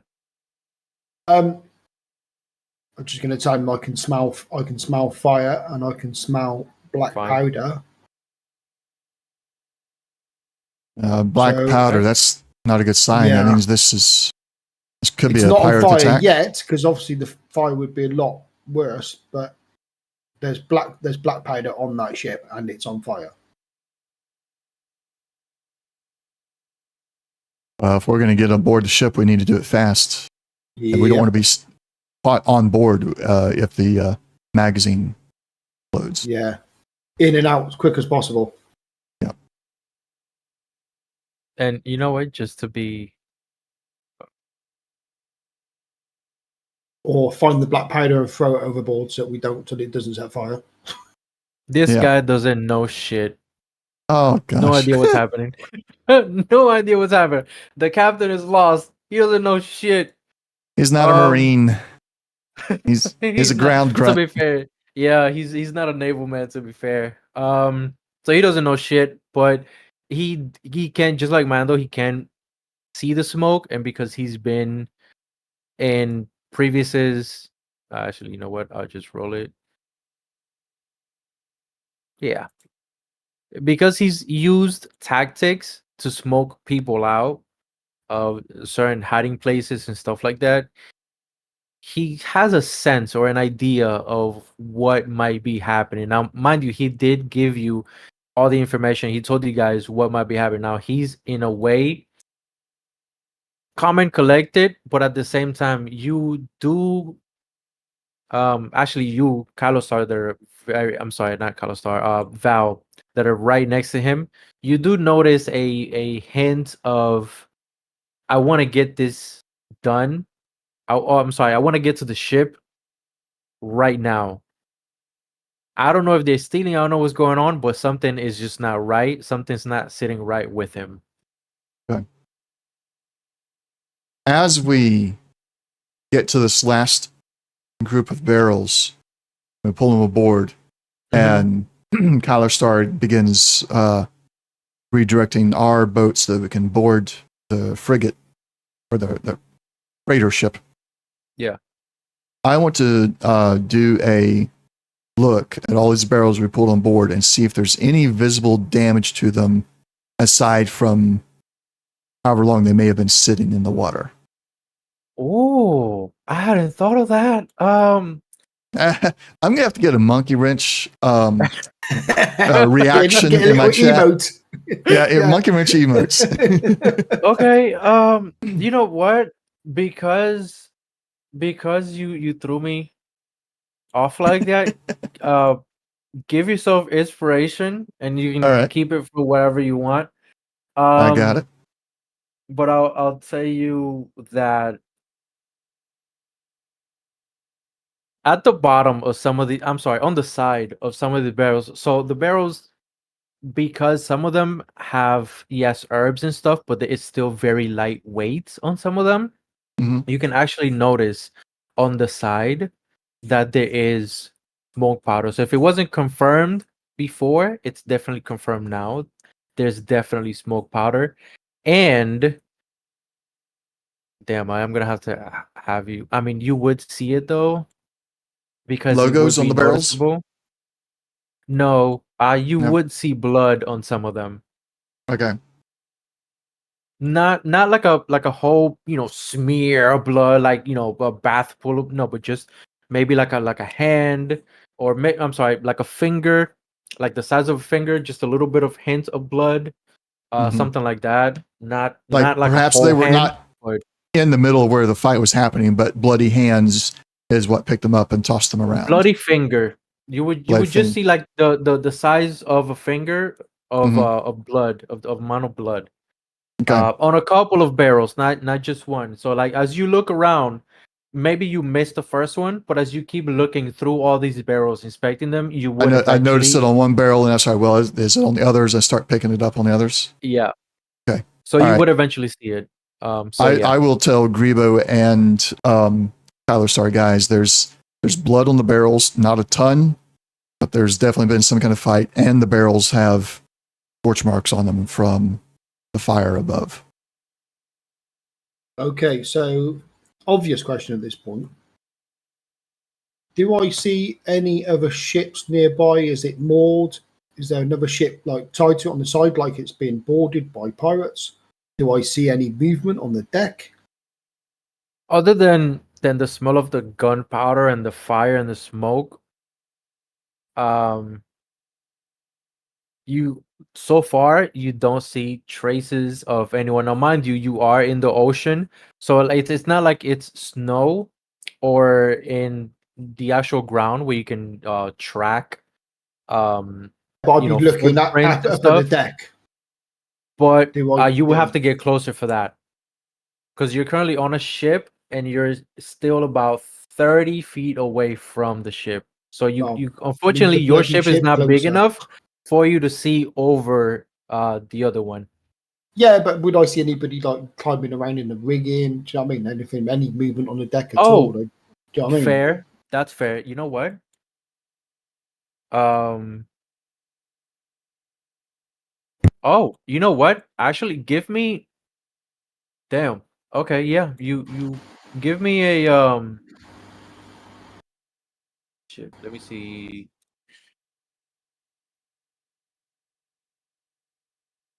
No, it would be. Yeah, it would have to be this. Check lets you spot here, otherwise detect the presence. Something. Yeah, it would have to be a perception check for this one specifically. Okay. To 9. With I'll give you this. You can definitely tell, maybe because of your astounding hearing, you definitely hear footsteps, So I I hear would say. some movement. I hear some movement on the ship. But Yeah, I don't know what it you hear is. movement on the ship. Yeah, Yeah. but I don't know who or what, whether it's friendly or whatever. Yeah, okay. Yeah. Well, I'm ready to go. Let's get this ship. Let's get our ship a bit closer, and I'm ready to roll an athletics check and jump up on the side and claw my way up and over the rails. Agreed. All right. Kylo Star, on the other hand, says no. Because we don't know what's on the other side of that. We might be walking into a trap. Now, there's only 3 of us that can actually fight, whereas the rest of the people that we have here, they're just, and I'm not risking or putting their lives at risk. Okay, Instead, I'm going to say to him, what do you want to do then? Just stand there holding your junk, and what are we doing? What's the point coming here then? You're too pussy to instead, jump up if to you go on the shut up fucking and boat. listen, instead, we're going to I'll step over and try, and I'll put a hand on Grebo's shoulder as Kyler started trying to talk, and like, give him a minute. I understand his position. I rather inspect the entire ship first, get a glimpse of what we might be walking into, because I'm also not trying to die here. I don't know about you guys, but I'm not trying to die, and I'm also not trying to put everyone else in danger. So I say we inspect the entire ship. It might take us a little bit longer, but the ship isn't going anywhere. yes, it's on fire, but we don't know if it's a trap that they're trying to set up for us. These could be pirates that are still there. They know we're here, and I'm not trying to. Hey, I'm just role playing. I'm a barbarian. I want to go and hit stuff. So, what do you say? I'll begrudgingly agree to whatever Val and Captain Poshpants want to do, but I'm itching for a fight. It's basically what I'm doing at the moment. Motherfucker. I don't care. So He's some puny human. I'll just rip his throat out if he annoys me too either much. way, without your consent, I doubt you'll be able to take him. He's fucking level 18. Um, without your consent, he does tell the captain to go through the other side of the ship and go all the way around and inspect it. So he would bring you guys. What's his movement? Like about here. Although the ship has a bit of different movement, it's half your movement, so like about here. And you guys start to see, as you can tell, portions of the ship as you start to get closer. But he's still not satisfied with it, because again, he doesn't know what he's walking into. Does the And as ship you look guys- like it's taking on water at all? Does it look like it's slowly sinking, or does it look like it's actually fine? Oh, Good question. Because it's Yeah. on fire. So, I mean, but you know what? He gave me an 18 perception check, and even though as he starts to get closer, you would notice that the ship slowly, it is actually sinking. I was going to say, is it listing to one side because we might get a better view of Like the you deck know, if it's how leant over? some rowboats might have like a little hole, not a big hole, but just a little hole, and a little bit of water is coming in, and it's not enough water that you're gonna need a bucket and oh my god, we're gonna drown. No, but you definitely notice that there is a little bit of sinking within the boat because the small hole that there might be in it is slowly. It's been here 3 days for as long as you know. Yeah, so it's like a slow leak. Yeah. Slowly. That's slowly but surely, getting the job done. To follow up on that, I think Bob also asked if it's listing leaning to one side or the other, but also, are we near a shore of any kind, beach or anything like that? Is that Unfortunately, what this edge is? No, you guys are not near shore. You guys are like in the middle of an ocean. We are right in the now. middle of the Middle of ocean. the ocean, Okay. Yeah. There's nothing for miles. Just the the barrels that you guys found in this ship. Mm-hmm. Would we And is know how far away from the nearest land we are? Yes. So to your east, you would have, if you go straight east, you would have Baldur's Gate. And if you go northeast, you would have Neverwinter, which is where you guys came from. Yeah. So you guys basically came southwest direction. Okay. And is the ship listing? Is the ship what? Listing, leaning to What one is side or that? the other. Right, when a ship is it listing, leaning? leaning. Yeah. Are you talking so- about this ship, Wait. or are you talking about yours? No, the wreck, big one. The shipwreck. No. So the water, it Actually, is I'm sinking, but sorry. it seems to be Yes, it sinking is. evenly. It is It is- the okay. area is this one right here. This section here. Uh-huh. This is the one that's actually sunk in just slightly. So it's leaning to its starboard, to its right. Yeah, it's leaning towards this section. Yeah, to the right. Okay. Then I would propose. Enough for you to notice it, that the mast. You know how the Eiffel Tower? I'm sorry, not the Yeah. Eiffel Tower. The Leaning the other Tower, Pisa. tower is. Yeah, it's leaning just like that, so you can definitely Okay. tell. Yeah. All right. All right. With that information, Val is going to go up to the crow's nest of our ship. And unless this ship, the freighter ship, is like 100 times size of ours, I should be able to get a peek onto the deck from the crow's nest of our mast with it listing to the starboard as it is. Point it out. What is it that you want to look what I was at? thinking. I want to see what's on you deck. want to climb this, and what's on top of the deck? Like No. about here. I'm getting onto our crow's nest. That's That at the top of should our. be high enough to see. Oh, over the top deck. of your. Okay. Yeah. Oh, And if this ship is leaning to the starboard, like you described, I should be able, from the crow's nest, at the very least from the crow's nest, be able to see onto the deck. Maybe not from our deck, see its deck, but from our crow's nest, we should be able to see the deck. You fucking motherfucker. Well, yeah, if it's leaning over, you should definitely be able to see. God damn, he ruined all my fucking plans. Ah, fuck. All right, so here, this is what you see. Okay. As you do that, and as you reach the top of the crow's nest, he sees you, and he yells to you guys for help. All you hear is a cry. He's yelling for help. Yeah, he's yelling for help from inside, and there's also in this section, right where the blood is, there's I mean, I just put blood for like special effects or whatever, but it's actually a lot of smoke per se, imagine as if someone set fire deliberately to create a like, I don't want to say like a smoke signal, but sort of like to cloud the entire area and make it obscured from vision. So like a smoke. I'm sorry, grenade. go ahead. Like a smoke grenade. Smoke. Yeah. Smoke screen. Yeah. And it's just yeah, exactly. That's the word I was looking for. Thank you, Bob. A smoke screen. They just created a smoke screen, and all these barrels that you see around, it's exactly what is on the ship. Now there's a lot more. Obviously, you guys can carry all of this. Don't worry about the size of the ship or whatnot. Okay. So you guys would definitely see all of these. Even these barrels over here, you guys can definitely see. I can't see anything, by the way. You haven't been my token. Oh, because you're not on top of the. Yeah, so I can't see what.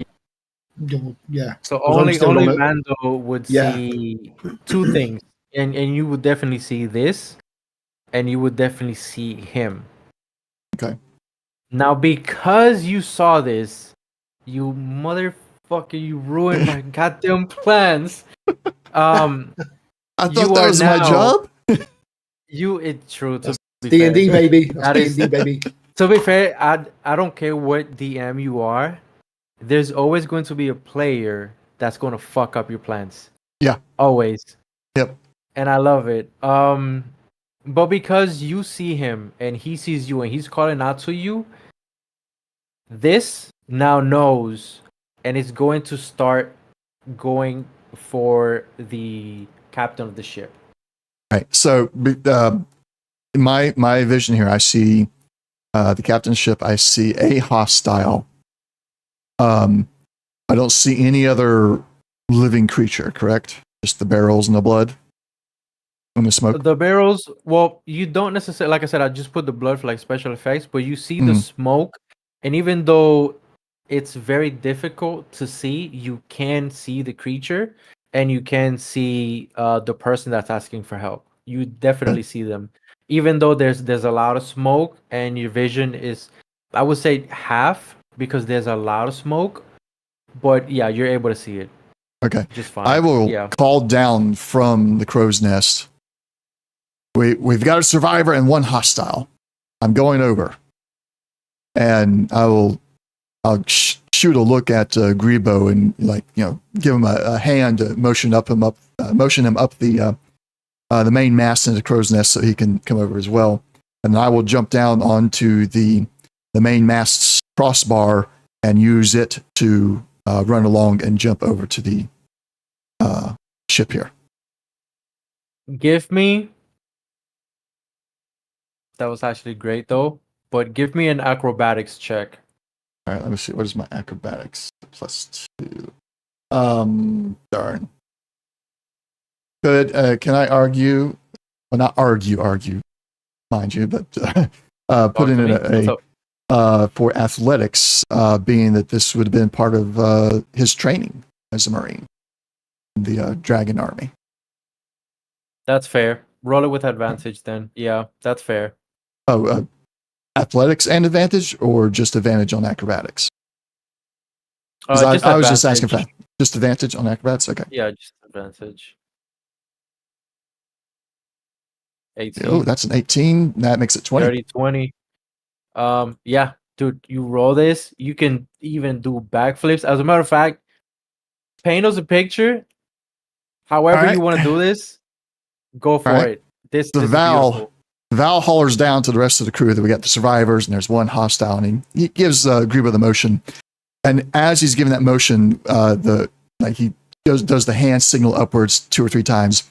On the third time, his hand comes back down, gripping the side crow's nest as he just lazily flops his legs over the crow's nest edge and lands on the crossbar of the mainmast and runs. And as he gets to the edge of it, his right foot lands on the edge of the wooden crossbar, and he does a forward flip and lands on the outer edge, the railing of the stern of this ship. And as he lands, he draws his sword and shield and lays it down and sword on top of the shield and aims it directly towards this hostile and prepares to charge. Ooh. Okay. Fair enough. All right, so now we have. I'm just gonna slightly move you like right about here. Yep. All right, I'm gonna so that I rotate can myself a put bit. Bob right up here, and Bob will now be able to see what is happening. And as you do that, and actually, Bob, Bob is on top of the crow's nest. He hasn't made his way, but he does see a lot more than you because of his vision. But he's still on the ship. The ship. I'm that still on the brought you. deck. I'm not on the crow's nest. I'm still on the deck. Oh, Well, I motioned Okay. you up to the crow's nest. Maybe you got up to the crow's Yeah, but nest I while I'm doing I haven't had my turn yet to get up the crow's nest. So I'm still on the deck. I thought the GM was just giving you the crow's nest I position. was, but Well, I wasn't going to go up the crow's nest. I was going to roll an athletics check and with my claws Oh, jump okay. and run up the side of the ship. do it now. Oh, So I'm That on is- the deck of our ship. I'm going to jump, land on the side of the merchant ship with my claws, and run up the side of the ship and over the top of the rail. Is what I roll wanted to that do. shit and roll it with fucking advantage, please. Oh, that is beautiful. Natural 20. Natural 20. Nat 20. Oh. And when I land, I'm going to let out a daunting roar. So that Ooh. is, let me read it out to you. As a bonus action, you can let out an especially menacing roar. Creatures of your choice within 10 feet of you that can hear you must succeed on the wisdom saving throw or become frightened. So is anybody within 10 feet of me, or just wasted that? This one you just wasted because this one's 35. This one is 45. The only one that would be It's is creatures this guy. of my choice, so I'm not going to Yeah. choose So the captain. No, that's fair enough. you know what? We'll just say you But didn't. for flavour, I would have run up, landed, and you know what I mean? Fair. Fair. We'll just say you didn't waste the daunting roar. We'll just say you just did like a regular roar Okay. for that. And I'm gonna have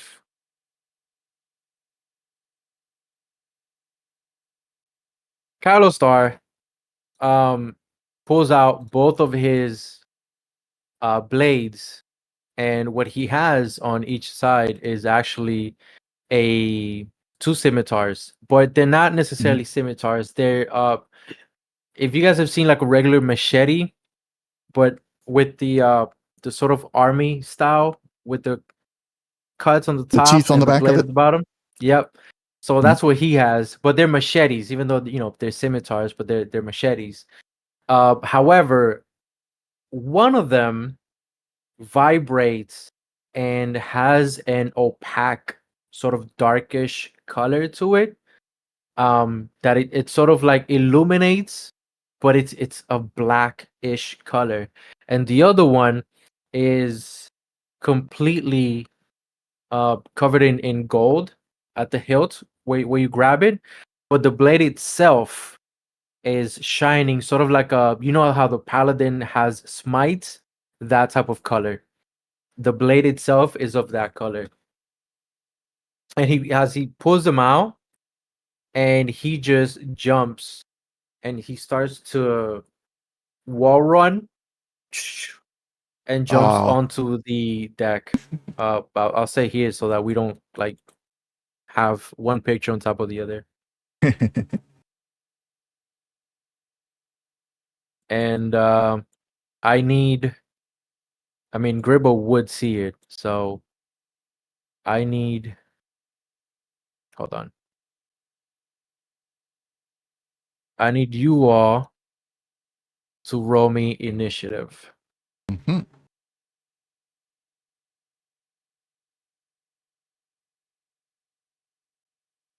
Fine. Gribble rolled 10, so then I have you, and you. And begin combat.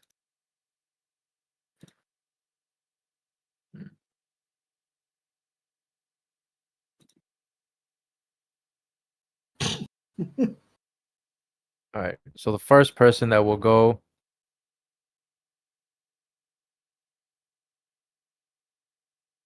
Why is the Lacedon going first if Carlos Star rolled fucking. Oh no, that was the acrobatics check. Okay. So which one is this creature? This one right here. What this creature will do, let me just check what is its movement.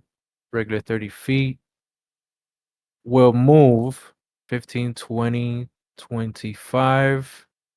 We'll say right about here, because he's going for this guy right here. He's not worried about any of you guys. He's only going after him. And what he's going to do is, give me a second. Just gonna, yeah. I know he's got some attacks. Let me see his features. Yeah, why not? I'm gonna try and bite him.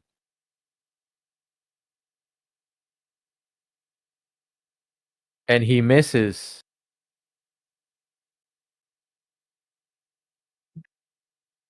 He misses his bite as he apparently was intimidated by the roar, even though it wasn't. He's still intimidated by it. That's fair. And now we have Captain here, who is going to obviously. Oh shit! We're gonna give it 30, and he's gonna focus on this guy here. And what he's gonna do is use his pistol.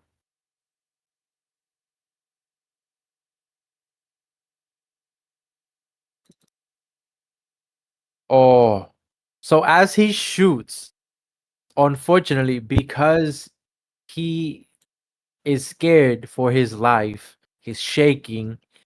You guys do see a couple of members dead, sort of around the area. Some of the crew members or whatnot, just dead all around.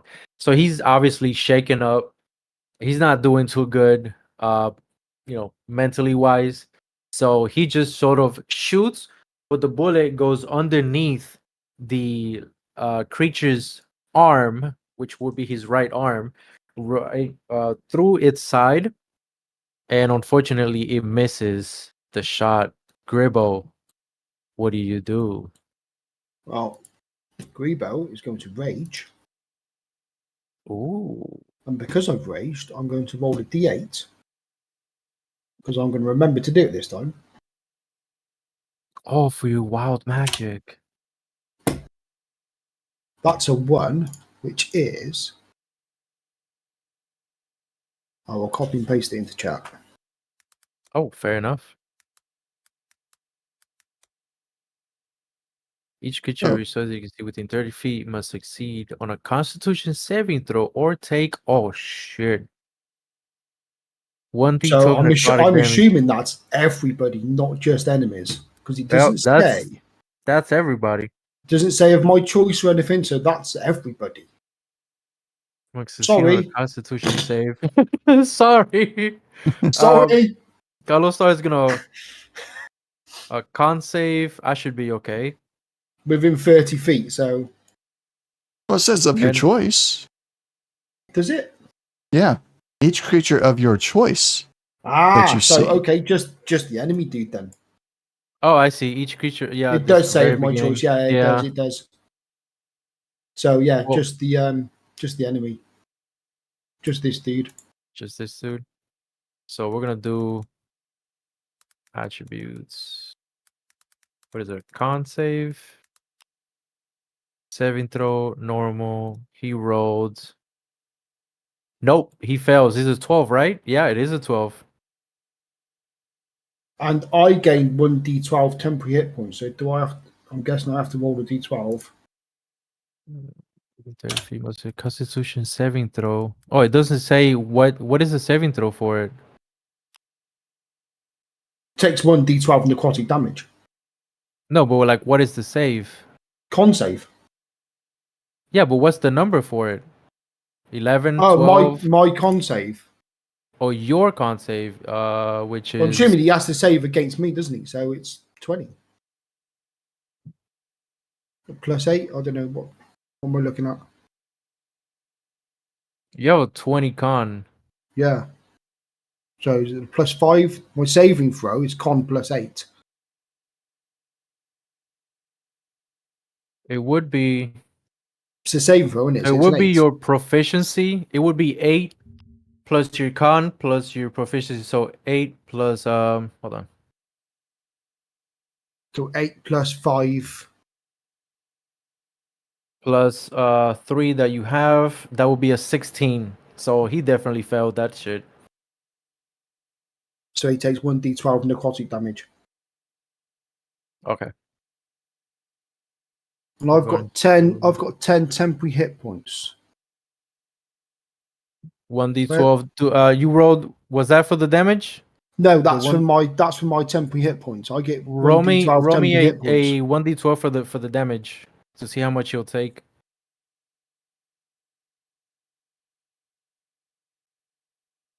Oh shit, nice damage. So he takes 7 damage.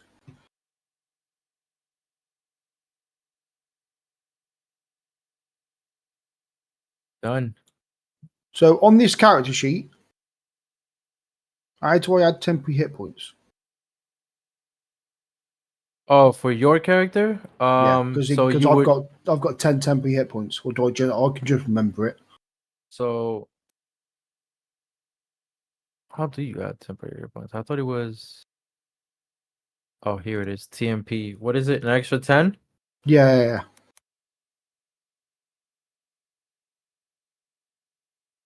It's right there on your right hand side. You see it in blue? Yeah. Yeah. But he wouldn't let me enter it for some reason. So when you pull it up, just hit the little edit button at the top left, and then you can enter it through there. All right, cool. Actually, you know what? You could just do it through here. I hadn't seen that. There you go. And then we can take this out. And you have see how it says 56 out of 66? Yeah, because it's 10 extra. Yeah. Yeah. Right. So that's my bonus action. So I've still got my action. That's crazy. That was just his bonus action, ladies and Yeah. gentlemen. Oh man. That was literally just me raging Oh shit. and intimidating him so hard he took 7 damage, basically. Fair. Right. So now I'm just going to hit him with my great axe.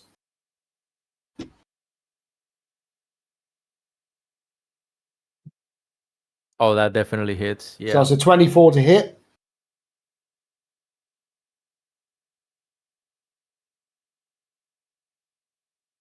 Four damage on the Nine Plastodon. 9 damage. in total. Oh, dude, he is hurting. He was coming Good. for this guy to try and finish off the job, but Don't fuck with Guibo. yeah, you guys are putting in the hurt on him. we'll say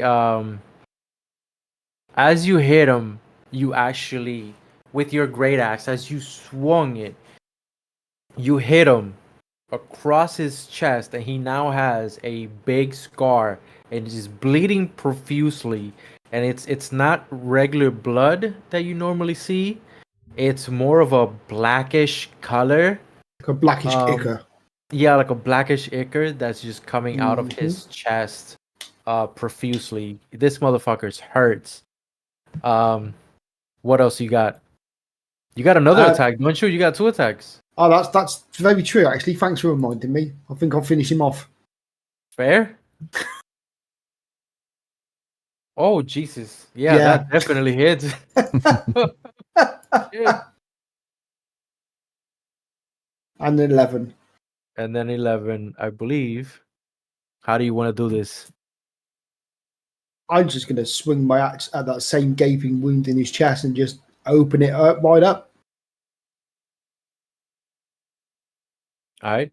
As you do this, you hit him across the neck with your great axe. However, I need within 5 feet. That's all 3 of us. I need all 3 of us to make a Constitution save right now. Let me roll a con. Normal. Oh, I'm definitely gonna get hit. I'm good. Got a 14. I've got 21. No, Val, you didn't have to roll one, but it's cool. Oh, you said all 3 of us. Yeah, you did. Well, no, I say was talking 30. about the castaway guy. Let me see. Where's his? I can't see him, so I'm like, Yeah, same. I can only see me. I can't see Captain Poshpants and I can't see Val. Oh shit! So I don't know where they are. Oh my god. To be fair, this was not planned, so I didn't apologies. think this was gonna happen. Did we just kill the captain? I maybe I don't know. Oh no. Remember what happens behind the GM screen stays there. Yeah. Since you saved DM is God. Gribo, you will take 3d6 damage. Oh shit! I applied it on the wrong person. So that just takes my temporary hit points then, basically. Yeah. No, you still have 1 extra point, so -9 to you. Kalostar, on the other hand, is going to take the full 6d6 damage. Oh shit, 28 points of damage. It's taking the damage off me and not off the temporary. I should be on 56. It's dropped me down to 47. It's taken the 9 off there and not the temporary hit points.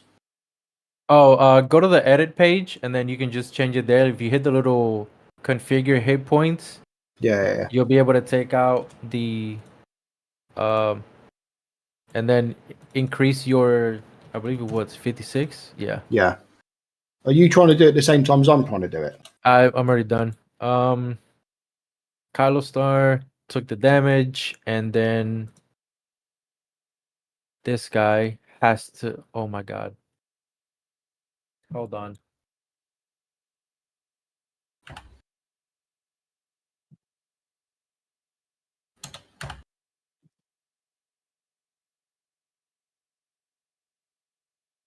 Yeah, I can't add the temporary hit points. It won't let me.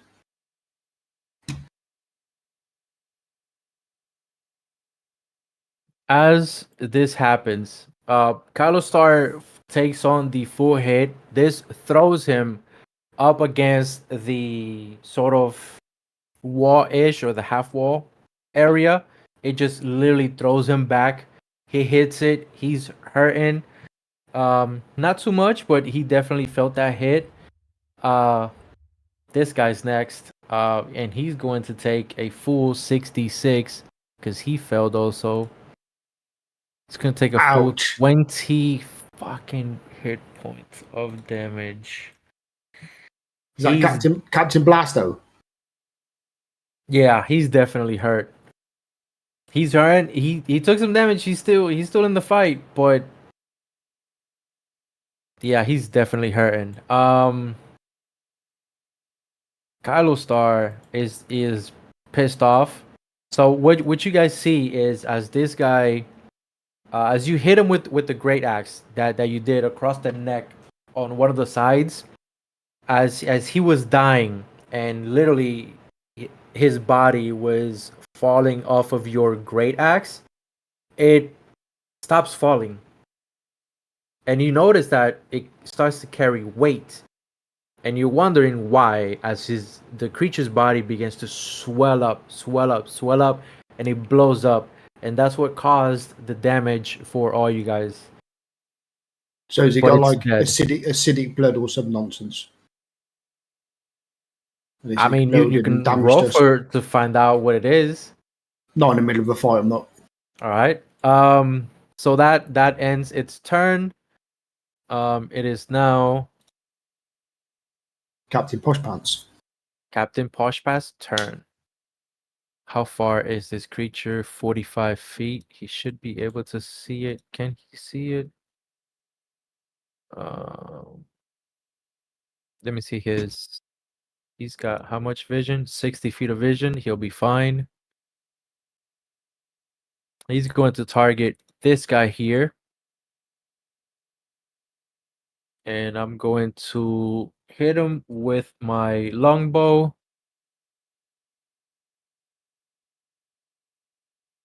What is that? Why is there a 14 hits? Roll damage. Normal.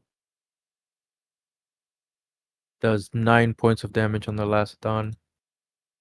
What is that circle? I've no No idea. clue. I was trying to do a measurement, and now it won't go away. I was trying to see how far away the enemy was, see if I could get to him. I think that's from one of the tiles, maybe. Oh no, dunno. it's a okay, so you would have to delete that. It's one of those circumference circle things. From the ruler, the measurement. I got it. Yeah, well, Yeah, I you don't know. left a couple of them. I got it. Yeah, So this guy took some damage. That's his first attack. He's gonna roll. Oh Jesus Christ! I targeted the wrong person. He's gonna roll for his second. He's going to use. Ooh. And it's going to try and hit it in the eyeball as the creature just moves its head. You know how when a creature stands straight, but all you see is the head move to the side? That's exactly what it does. It doesn't flinch, doesn't anything. It literally just moves its head, and Kalostar misses the attack. It is the creature's turn, and it's going to run up to here and do nothing except gnarl back at you, Gribbo, since you're the one that came into the boat and you're like, "Arr!" So he's just doing the same thing at you. can I just laugh at it? Oh, definitely, yeah. That Don't doesn't forget, cost. I'm raging. So this bitch ain't going to intimidate me. I'm raging. I don't give a fuck. Fair enough. But it's just, you ever seen The Lion King? How Simba, he's like, I'm not afraid of anything. He does like a little roar. That's what he does. He just does like a little roar. He doesn't like, because he can't. Not against you. So it's now our boy Val's turn. All right. I will move forward to get to melee with this guy. Target him. And I'll use my newly acquired longsword. Nope. It's okay. Our previous. There we go. Okay. Attack. Normal. Oh, come on. It's a 9 hit. No. And now I'm just going to laugh. Now I'm just going to laugh at Val as well. You just missed it, bro. Bro, you know what's funny? Every time you have to roll a check, you did really good. when it's time to fight, kaput. I don't know what it is about your character, bro. Well, that's How about better. 17 Yeah, that hits. for my second attack? Man. That hits. Damage. 7 damage to the last of them. Oh, it's hurt. It's definitely hurt. It's mad at you with the damage that you did. So Mhm. imagine if someone was laughing at you and then out of nowhere you just hit them and you catch them off guard and unexpected. That's exactly what he just did. He's like, what the fuck type of All right. situation. And you still have some movement and your bonus action, I believe. Yeah, still got a bonus action. I don't have anything I want to use my bonus action on right now. I think it's too early in the session to use any of my action surge or anything like that yet. Of course, I haven't taken any damage, so no need for second wind. So I'm going to stay in this position, keep him engaged, so that he can't get past me. Okay. As you do so,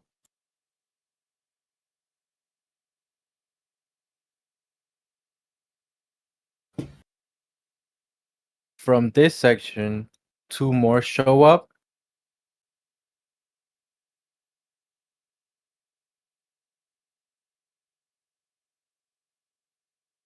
Four more show up.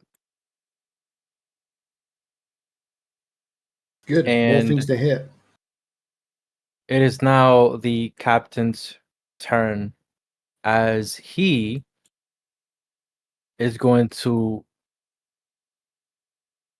I mean, he would be able to walk on that. However, his movement would be reduced. So 30, we'll say 15. Because this is considered wherever Difficult you see the terrain. water is now difficult terrain. Because Yeah, the that's boat fair. is sinking. Mhm. So he's going to aim a shot at this guy just to, finish off the. Wait, what? It just said he's dead and incapacitated? Is he? No, he's not. It's just it took away his temporary hit points. Yeah, it did the same to me. We'll say just for, there you go. So he's going to shoot at this one. Oh, crit. Nice crit. Oh, I did not see that coming. Roll that crit, baby. Oh, that's some nice damage. Let's go, Captain. As you see the captain angry, his men dead on the boat, as he's literally not just because of the difficult terrain, because the boat is sinking, as he has to step over some of them to get to safety. He will turn around with tears in his eyes. He will aim with his gun and shoot a bullet right between the eyes of the Lausodon, and I need Val to make me a con save.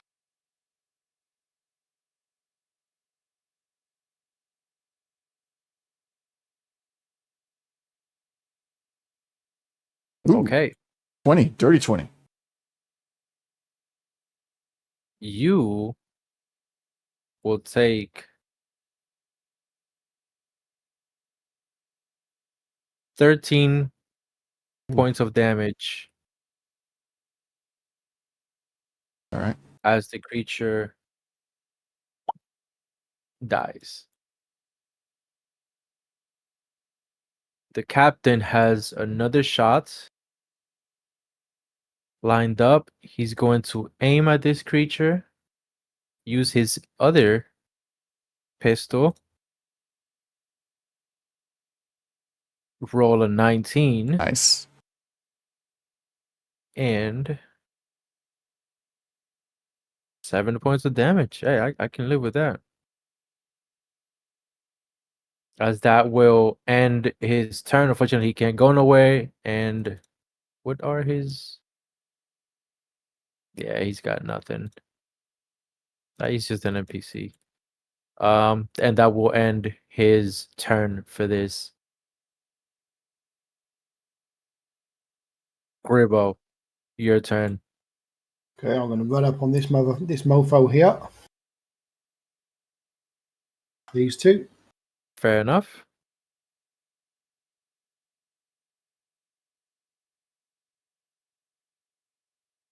And I'm going to smack it in the face.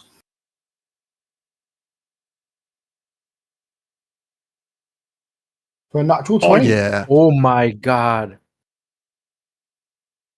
Do this. Please kill it in one blow. 18 damage. Is it dead? As you swing, you wanna do this? Is it dead? Oh, it's dead. You one-turned him. Okay, carry on. Alright. As you swing your great axe, with one false swoop, you chop the head off of the Lacedon. But as you do so, this one is now terrified of you. As it should be. It's not it's not running away, but it does have disadvantage on any of its other rows.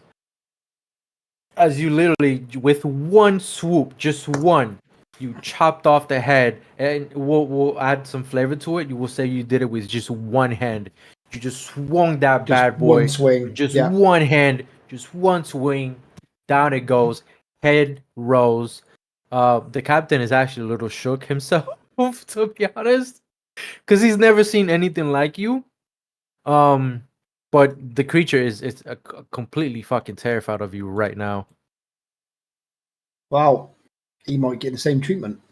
Because I'm going to step next to him and swing again. Grebo's target is blocked by a wall. Oh, I'm sorry. Hold on. Let me move him here. I'll put him here. Would you say for now? Yeah, that's fine. Right, so I'll swing for an attack. Oh shit! Let's go. That's a 23, so I'm assuming that hits, yeah. Oh yeah. Dude, can you imagine if he kills it again with one blow? Nope. Nah, fair.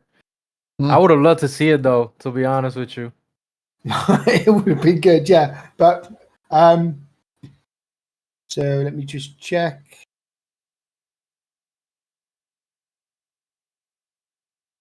Yeah, that's it.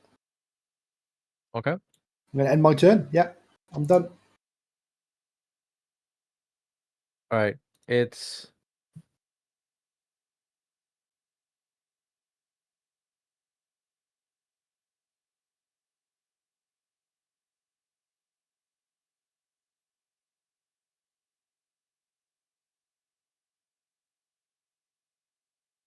one of those objects, large, small, when creature. So I don't know how I would roll this, but I'm going to use my psionic powers. Oh, it does damage. Mhm. Okay. So I will damage the creature for 8 points of damage. Oh shit, hold on.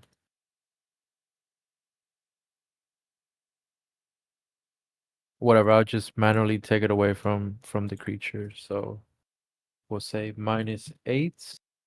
And by doing so, I can move the creature. What is it?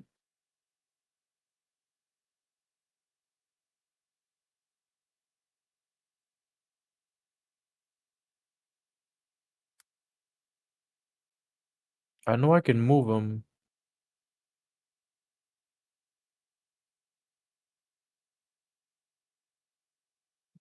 Oh, here it goes. You can prepare your body one speed. Oh, it doesn't actually say.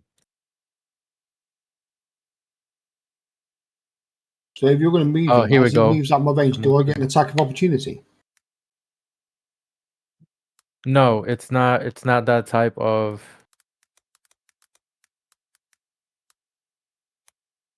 Up to 30 feet. Okay, so I can move this fucker 30 feet.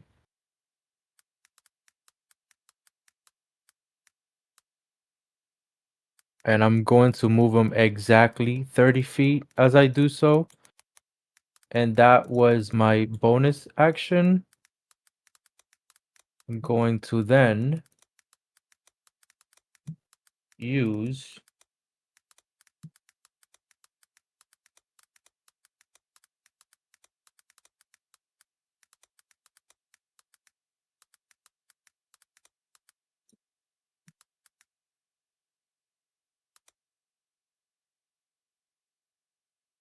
okay. No, but that's my bonus action, which I already used. Fuck.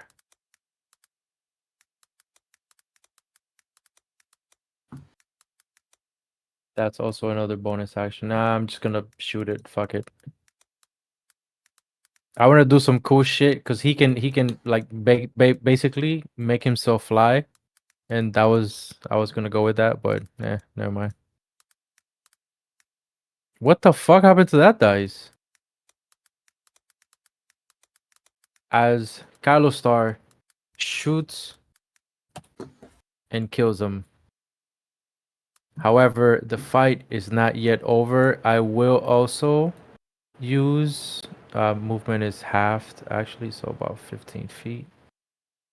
Well, I'm not on water, but would you say it's half because the water is beginning to fill up in this area? Whereas Mando, on the other hand, can use his entire movement. And I will end my turn. It's now this creature's turn because they're going through water. It'll be 15. We'll just end his turn. Doesn't do anything. And it's Val's turn. Val. Oh, he does see it. Okay, I was about to say. I see. Are the two that came up on the other side gone, I guess? Are they what? The two that came up over here on the behind us, they're both gone now. Oh yeah, they're dead. I will. So, could I still get to here without reducing my movement? Or does the water come up a little bit further? It comes up to about where this barrel is. That's where it Okay. sort of begins. Then And I it is will- starting to sink up here. However, I give Colostar just reduce movement because he's basically stepping onto it. Yeah. Yeah, if What I I was could running down do- that beam, he would still be dry land if he's running down that beam, surely. No, that's 40. There's 30. I'll come up to there. And just kind of stand my ground here since they're still that far on the far side of the ship. Fair enough.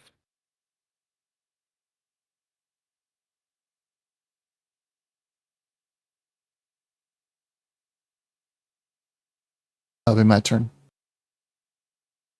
Oh. All right. So this creature's turn. He's going to move this way. That's what, 15? Yeah, right there. As he's the closest enemy that it has to you, what to it is you. So he's, kind of pushing for you. However, Mhm. you see that this creature here, there's a barrel right here. And you see it that it starts to eat something. But the And that's creature his starts to eat action. something? Yeah, the creature it begins to eat something out of one of the barrels from right here. So he's on the barrel. Okay. I'm gonna Mhm. move him. So this barrel here, you Yep. do see this. Everyone sees it. He starts to eat whatever is inside that Is it barrel. purple? What he's eating? You Yeah. can't see because you're too far away.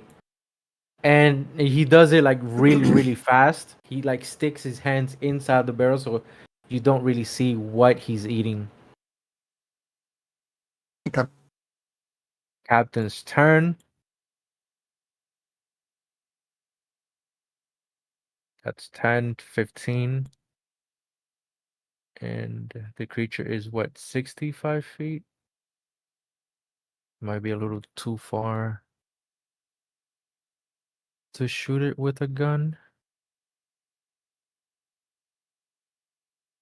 Does it say the range? No. He's just gonna end his turn.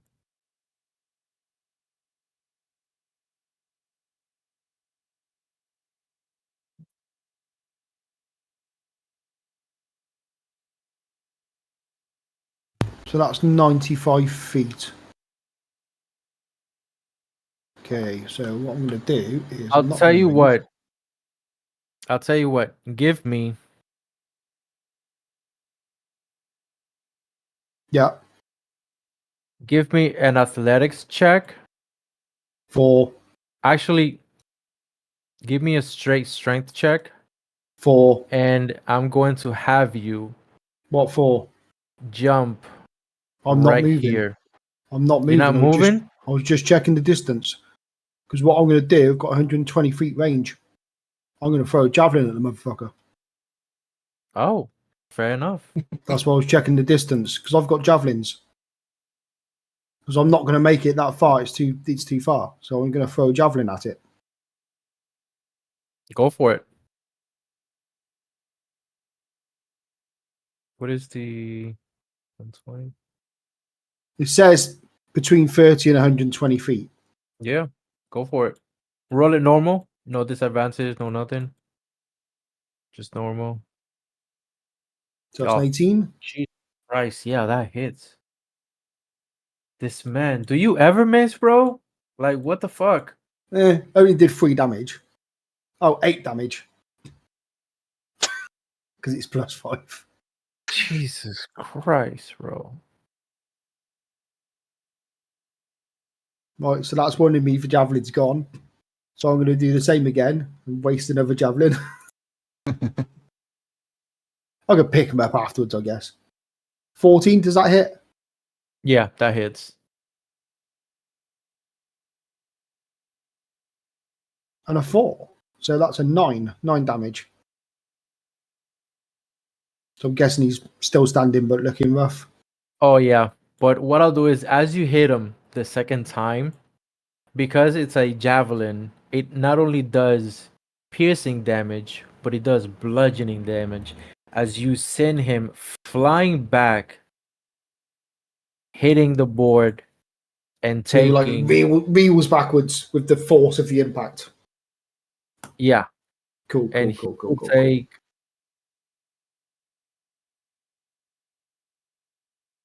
Where is it? Roll 1d6. Aw. Oh, whatever. -1 from the bludgeoning damage. I rolled a 6 because it's. Yeah. But that's what we got. Maybe I should have had you roll it.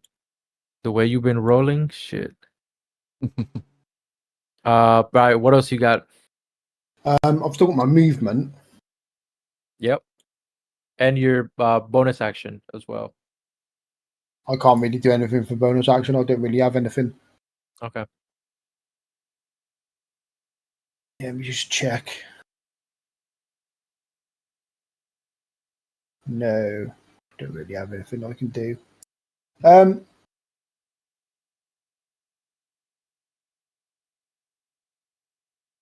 So if I were to get to here, Yeah. obviously that's too far with a difficult terrain because I should be half my speed. But will you let me jump? Do you want me to roll a check to jump it? That's what I was gonna have you do initially the first time. Yeah, that's fine. What do you want me to roll? But instead of rolling an acrobatics or athletics, roll me a regular strength check, and you'll land all the way here. I will say about here, just at the beginning of this pole, with your absolute uncanny strength. Just a normal roll. Yeah, just a normal. That'll do. You would definitely make it with a breeze, like nothing. My man just jumps, and it's like he's gliding through the air, just chilling. I mean, I am a cat. I am a cat, and I am raging. Fair. So, Fair. yeah, you know. Yeah. You land just like cats. You know how cats land on four legs? It doesn't matter how you throw them; they just land, Yeah. and they don't make any fucking noise. That's exactly how you land. Even though you're wearing this heavy ass armor, nobody can figure out how you don't make a single bit of goddamn noise. Yeah. Don't forget, I'm not wearing armor. Oh shit! Yeah, that's true. You barbarian. Yeah. True. So yeah, I'm not actually wearing any armor at all because I've got So that unarmored. explains 'Cause why I've you don't got make it. yeah, because I say because I've got unarmored defense. Yeah, fair. So yeah, that explains why you don't make any noise. All right, what else you got for me, buddy? That's the end of my turn. All right. Just snarling and growling and looking really pissed off. All 'Cause right. I'm raging. I'm going to.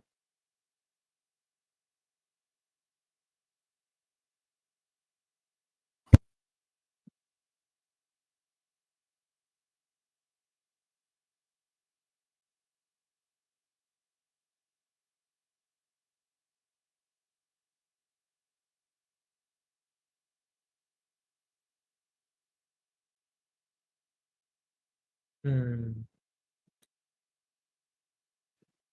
So this is a bonus action. As a bonus action, I can't copy it. Well, maybe I just do it from here from the sheet.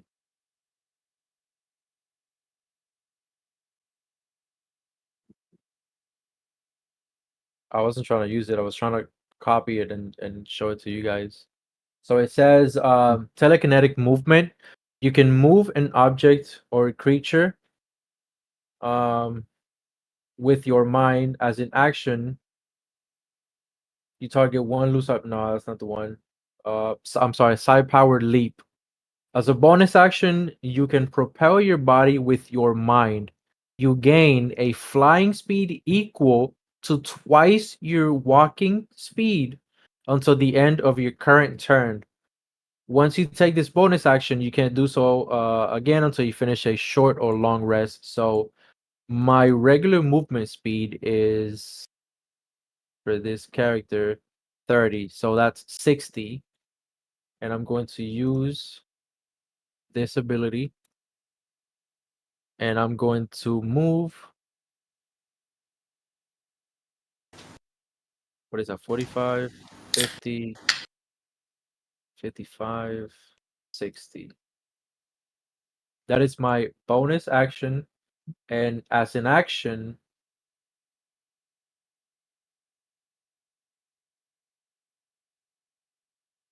I'm going to use. No, I already used that one. I can't use it again. Static energy. Yeah. All right. I'll just make a crossbow at this one just because he's the closest. Let me see. He's what?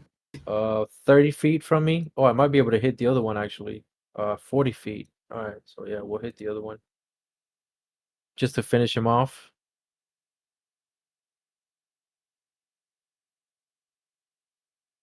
Sixteen indeed hits. Roll for damage. 7 points of damage on the Lacedon as it blows up, but there's nothing near it. It goes down. Would it damage its partner there? Was it in range to? No, its because it partner? has to be within 5 feet, not 10. Ah, And he was a little bit further away because the spear that Bob yeah, threw at him knocked him moved back. him away a little bit. Yeah, I didn't know it's 5 feet. yeah. It's only 5 feet for that. He's gonna make his last attack with the crossbow,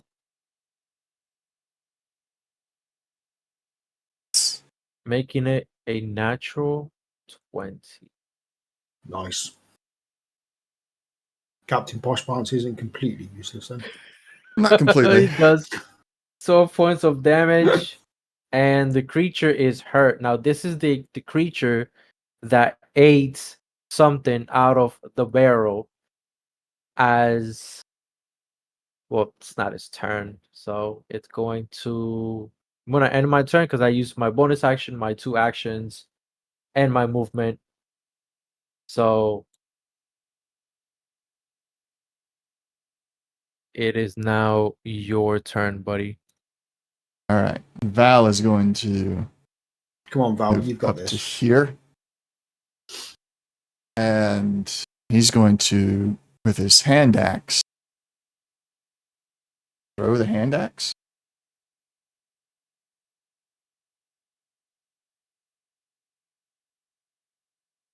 "20 to 60 feet. Is he in it? He's in 40 foot. I will Hit throw that it. motherfucker. Oh, come on. 10? Does a 10 hit? No, No. its armor class is 12. Is there anything I can do Throw with another the one. inspiration I have right now? Re-roll that. Go for it. Yeah. Yeah, reroll What the the- damage for that. There we go. 13 plus 19 to hit. Batter. Damage. Has 8 damage. Oh, it's hurt. It's hurt. You actually pierced one of its eyeball, and you see the arrow sticking out of its eyeball right now. Arrow? Hand axe. What? It's Oh, an you threw a axe, hand axe? Yeah. It's literally stuck on its face. All right. It's just stuck on its face right there. Um, Come on, give me something else. that's going to do it for me. I don't have any other ranged attacks. I've only got 5 foot of movement left, so that's my turn. Fair. All right. I It could is throw my now sword, I its guess, but I'm not going to. turn, and it's going to move, and it's going to do the exact same thing. However,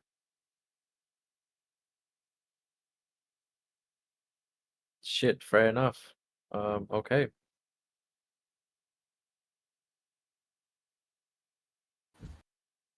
Do I observe anything happening as it's eating these things? Because it seems odd to me that it's stopping to pull something out of these barrels and eat it's not instead of fighting charging back. us. It's just it's not fighting back. It's just eating whatever in these barrels. Well, it really can't.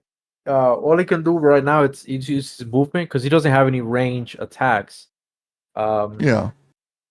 So roll me and yeah, it wouldn't be an investment. Give me a perception check. Because you would perceive whether it's give me a perception check. Oh, roll out my Um, roll. 6.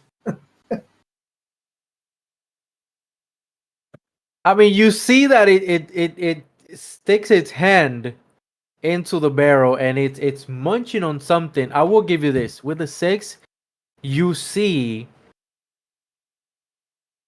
Colors? red. See red. Okay. You see red. And he will. Oh, he did 5 feet of movements.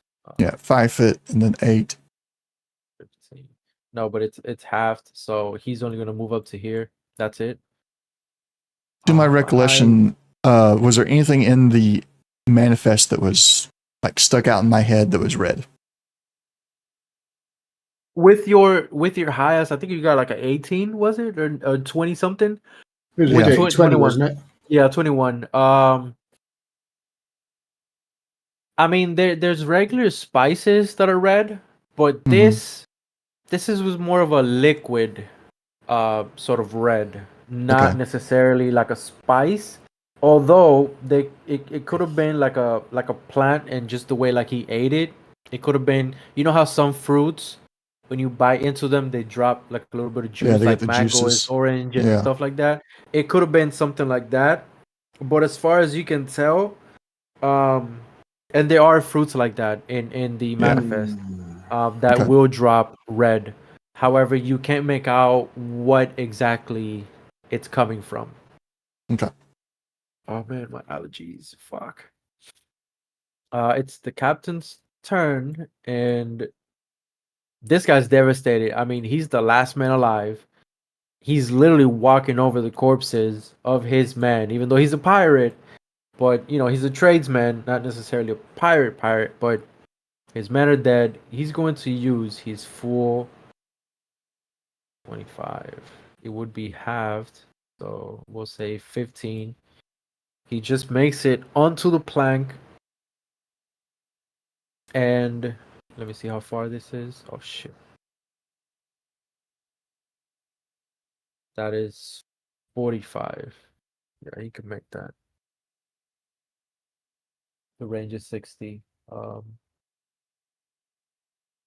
I got some really bad allergies. My eyes are like burning up, bro. Hmm. That's He's horrible. going to use his pistol, and I believe the pistol has 3 misfires. As you see him aiming, I'm not even gonna roll for it. He aims at the creature, and when he pulls the trigger, all you hear is click, but it doesn't actually shoot. And he begins to get angry, really, really angry. Uh, Clearly, the loss of his men has him in a disarray. He's not thinking clearly, Hmm. but I need you, Gribbo. Yep. Give me a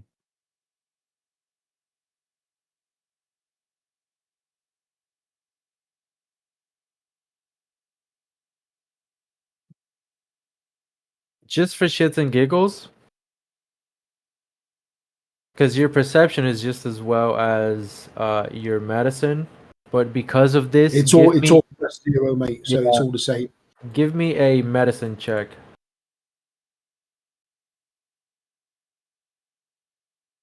I have no idea. Yeah, fair. Um, Whatever I was looking for, I haven't got a clue. no, unfortunately, you don't notice it. And that will end. He has another. We'll say he misfired both shots. It will end his turn. And it's now your turn, Gribbo. Okay, so obviously, I don't want to get my fur wet. Fair enough. So I want to leap over to well, I'm in front of the Lacedon, if I may. Do you want me to roll a strength check again, same as last time? You're gonna jump onto the this thing right here? Yeah. Go for it. Yeah, roll a regular strength. Because you're literally using your strength to use your legs and lift up your Wouldn't that be entire body. athletics? Wouldn't that be athletics? No, because that's for whenever you're doing something else. Right. Because you're just using your pure strength right now to lift up your entire body. 22. Do I make it? Yeah, you fucking make that. You make that so beautifully and such a breeze. You have what? It's so double your movement speed. You have 45. Double that is 80. God knows what the fuck. 90. Yeah, you make that shit.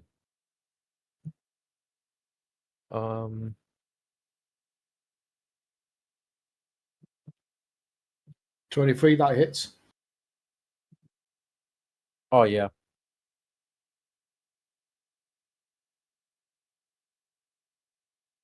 14 damage.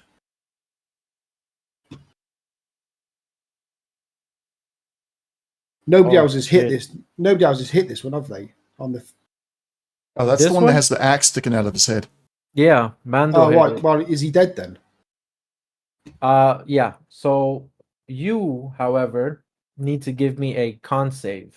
Yeah.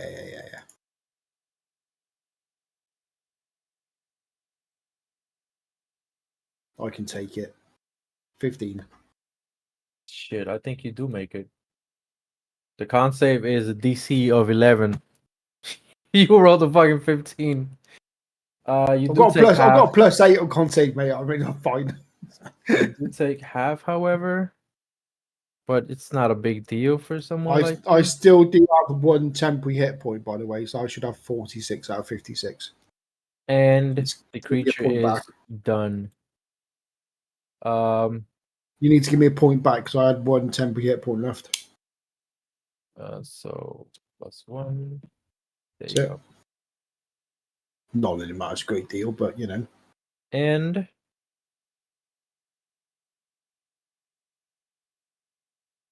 we will end the combat. Val will immediately move over and recover his axe and then look in those barrels. Yeah, can I pick up my javelins as well?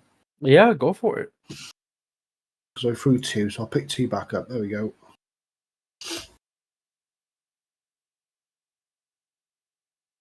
So from where I am, would I be able to see this darkened area at the front or not?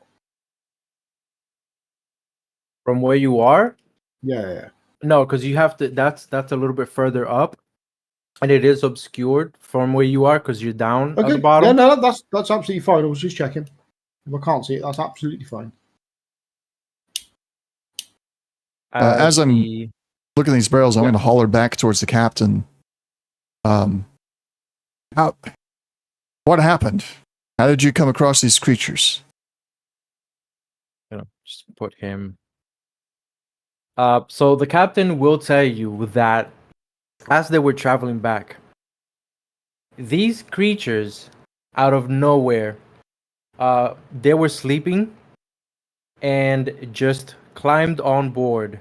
They barely made any noise and started to just kill everyone on board. By the time they noticed, it was too late, and more than half of the crew was already gone. Now, mind you, a lot of them were just traders. Others were just regular men that handled the ship. They weren't necessarily fighters. So even if they would have had the advantage of knowing what was happening, they couldn't do anything because again, they're not. Imagine villagers, regular villagers with pikes. What are they gonna do? Deckhands of any merchant ship. They just rig the sailing and pilot. They're just expendable and they don't have any combat training. So the only two people that did have combat training aside from the captain, unfortunately, they died in battle. Obviously, trying to save everyone. However, the captain does tell you this. As he was getting up, because of the screams that they were seeing and this and that, he, in his mind, saw, and imagine this is the middle of the night and it is in the middle of the ocean. So a lot of things could be seen, not seen, whatever the case may be, especially how dark it is in the ocean. In these times. But he thinks he saw a ghost ship moving away from their ship as these Lacedon creatures were eating away at everyone. What direction did He you think basically he saw? tells you everything he knows. I'm sorry, what was that? What direction did the ghost ship sail? From what he tells you, from the direction you guys are right now, we'll say he went south. South. Okay. In this direction. That's why there's a broken area of the ship. And this area down here is also where the hole was. Right. So I'm going to get to that in a moment. First, while I've been asking him these questions and listening to him, I've been looking at these barrels. What's in these barrels that last one was eating from? That was the body of a little girl. Oh, you son of a... I'm sorry, man. No, you activated dad mode here. Grebo. Yep. I'll just angle the barrel enough so that Grebo can see into it. whatever brought these creatures here, we have to find it.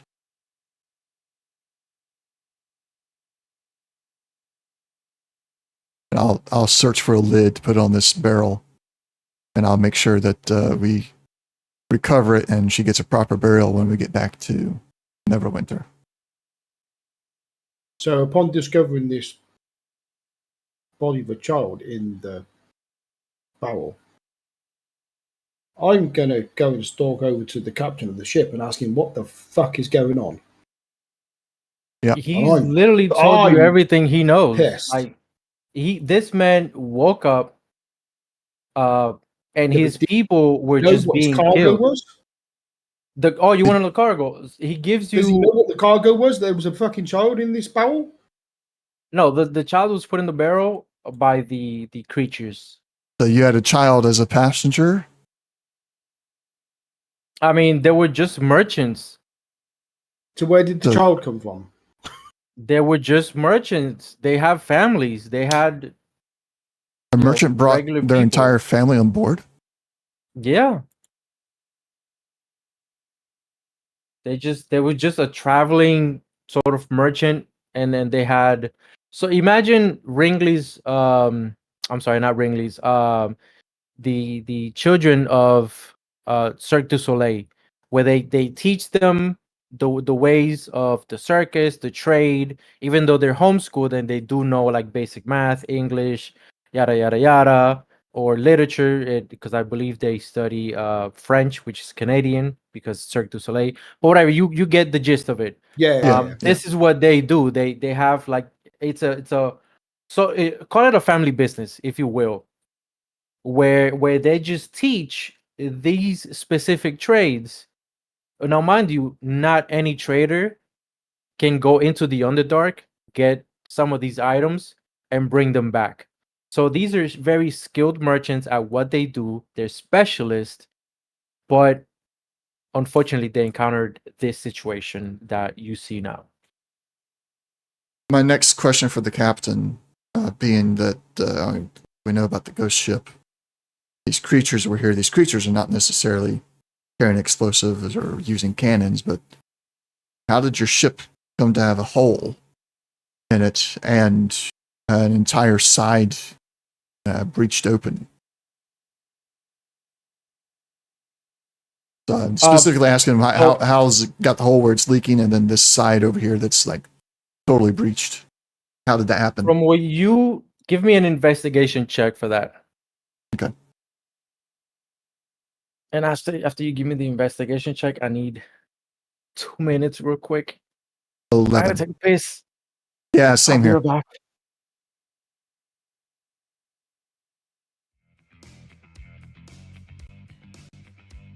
Right back.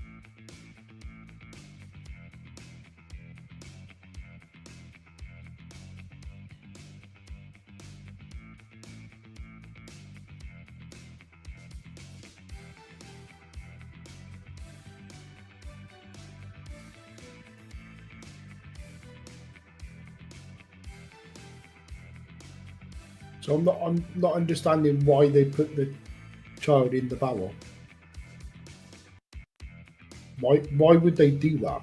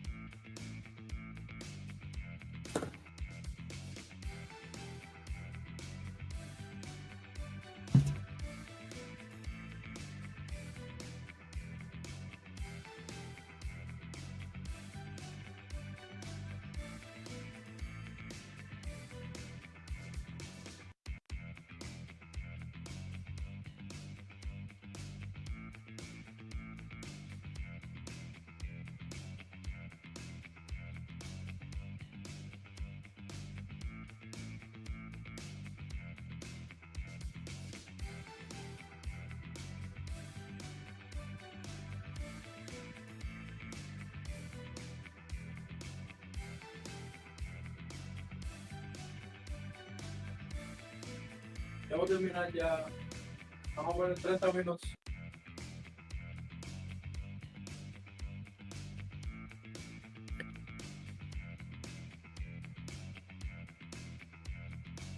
What did he roll? An 11? Yeah. Fair enough. Oh, do I have a surprise for him?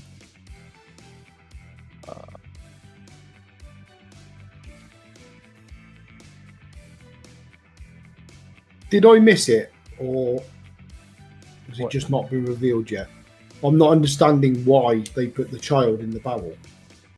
So that was just the creature's thing? Yeah, but why would they put it in the barrel, not just Oh, I don't know. deck They're with the rest, creatures, with they the rest of the just did corpses? that. You know what I mean? I'm guessing they were, I don't know. Just seems a bit weird that they put them in the fucking barrel. Oh, do you know what I mean? Just seems like a weird thing to do. Alright, I'm just gonna wait for Mando. Yeah, Yeah, I'm back. he's back. Okay.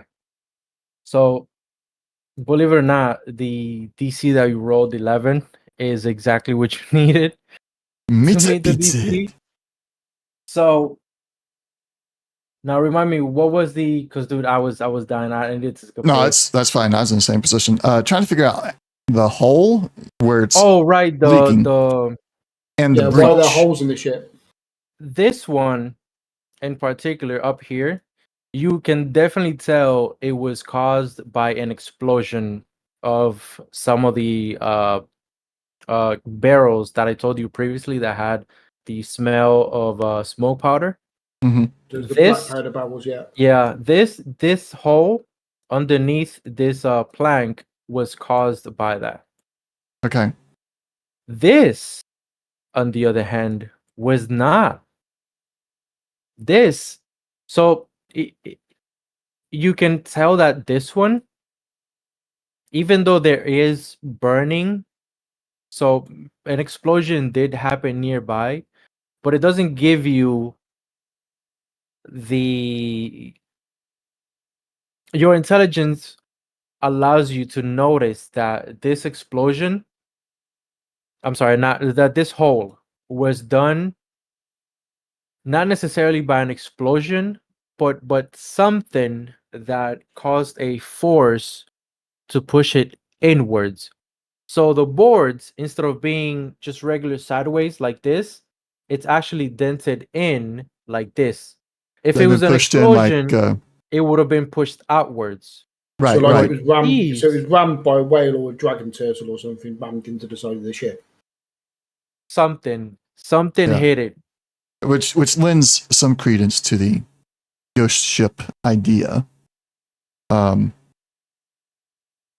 Val's not entirely accepting that that's a ghost ship. It's probably some real kind of ship, but it could have rammed them. I'm going to ask the captain, how did your gunpowder barrels explode, breaching your hull below the waterline? These creatures were not coming aboard with fire or other weapons. They're biting and clawing. I was like, what is your specific question for the captain? What caused the What explosion? started the fire? Yeah, what caused the explosion? What set fire to the barrels? From what he knows, because mind you, he was inside his quarters. He doesn't really know what caused the explosion. All he knows is that there is one. However, so like let's say the captain's quarters on a regular ship is like around here, Mhm.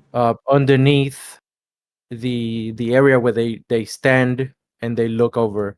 So you have like the captain's quarters, which is where they have the thing that turns the wheel thing, whatever it's called. Yep. The wheel, yeah. The Yeah. wheel. Okay. Well. Okay. So it is called the wheel. Just wheel. Yeah. Oh shit. Fair enough. All right. So, he was coming out. As he was coming out, the explosion happened.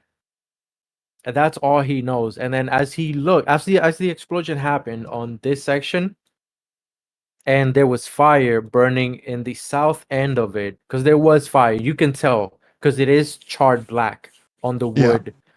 But the major part of the hole itself looks like it was pushed inward. It was pushed inwards. But what he saw was, as he was coming out of his quarters, was the explosion itself in this section, but he has no idea what happened here. was Um, as he looked in this direction, all he saw, and again, it was his imagination because it was very dark. He thought he saw something that represented a ghost ship. What kind of captain sleeps through something that causes this big of a hole in your own ship? And I'm asking that to him directly. Surely, Listen. whatever caused this and left a fire behind should have woken you up and allowing you to get out here before that explosion happened. If it was a ship, it wouldn't have had enough time to get out and turn around before the explosion over there. If you had gotten up as soon as you felt the impact. First of all, you're very far away from him. But as you tell him this, okay, no, it's I'll fine. come I'm over. just fucking with you. As you tell him this though, he does tell you that listen, I love my people, I care for my people, but all I know is that as I was stepping out, no one heard anything. We didn't hear nothing at all.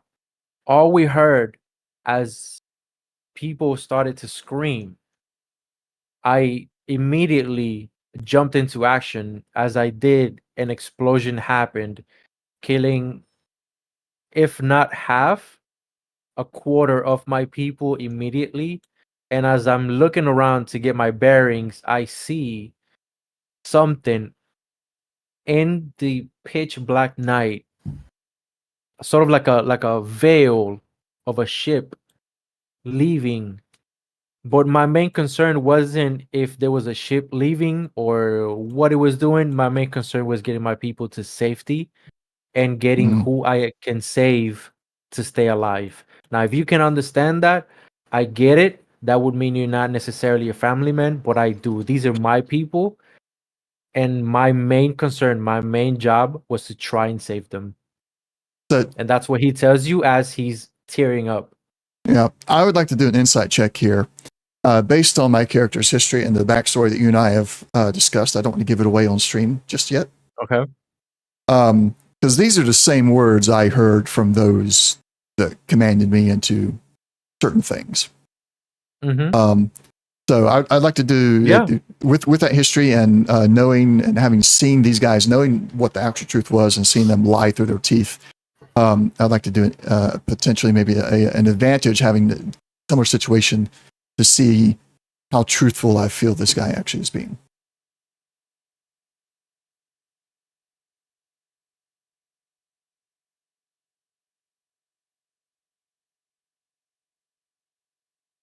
Or perhaps investigation to look for signs of lying in his face. Like a telltale to see. Yeah, tales, you know, how people look to one side when they're lying, things like that.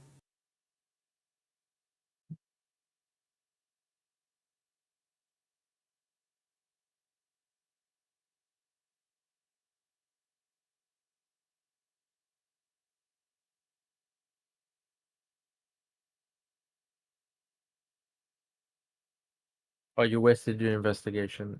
Your inspiration. That's right. Yeah, I used it to. It's already gone. No. Roll a regular, normal insight. Okay.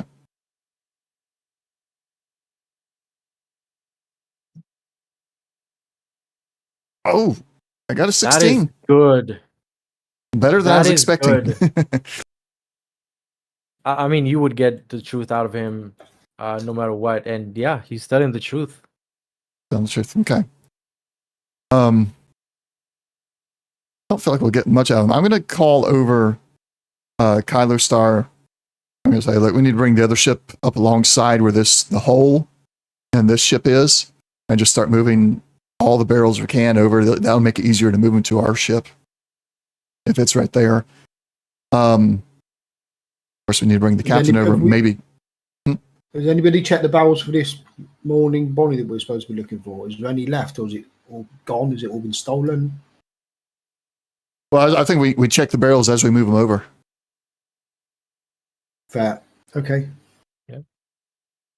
But I'm just wondering if this so-called ghost ship actually just stole it all. No, the barrels. So what you do notice is the some of the barrels are still closed. Some of them are actually open. But the contents of some of the barrels. Yeah, that's fine. I'll go ahead. Some of them are some of the contents of some of these barrels are actually floating underwater under like puddles of blood, maybe mixed in with the corpses. They're on the ship, from what you can tell. Obviously, you would have to like sit down and do like the whole manifest, and this is this and this is this, and break it all down, and it says this is 4 pieces, not just one. It would take you some time to obviously get that done, to know exactly if there's like a grain of rice missing, for example. Yeah, But but from what we're going to be looking specifically for the morning Bonnie that we were tasked to find as being more important. Well, for that one, that's just what we noticed was probably the more important thing. but are you checking for that right now or as you move them over? As we move them, I guess. Yeah, as we move, and then we can, when we get back to Neverwinter, we can go through the detailed manifest. But I think we do take everything, even if it's got a mixture of the actual goods and the bodies. We need to take everything because Take everything when we get back the to Lord, Neverwinter, we'll go through manifest at port to determine, well, is there skimming happening? If we leave something behind, we won't be able to know if there's skimming or if we just left behind that much. Okay, so yeah, we start loading things onto the ship. Gribba, you still want to check out the 4 part there? We haven't seen yet. Yes, I would like to check that out. Yes.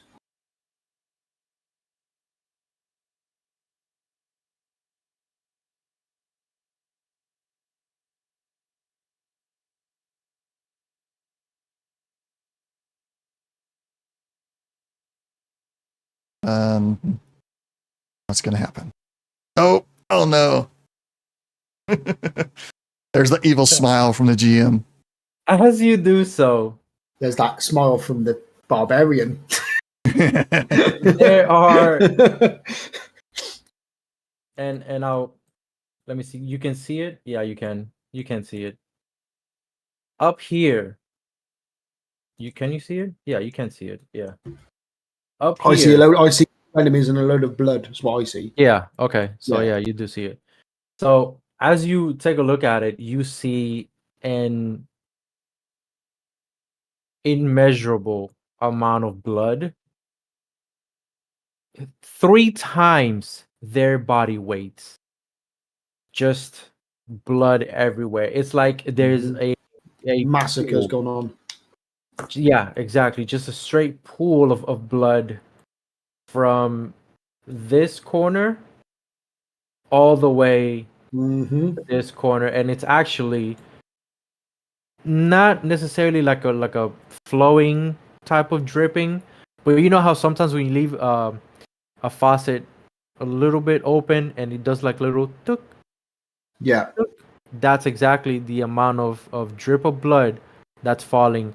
It is eventually going to overflow and begin to fall, but you just got there, and the reason why nobody noticed is because again you're in the water makes noise, no one really noticed the drip. Yeah. However, because they're up here and they saw the whole thing, I need you to roll your initiative. And I think it doesn't let me roll yours with disadvantage. That's 10.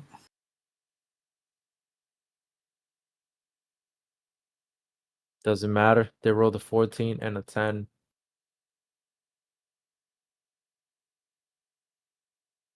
You still go first?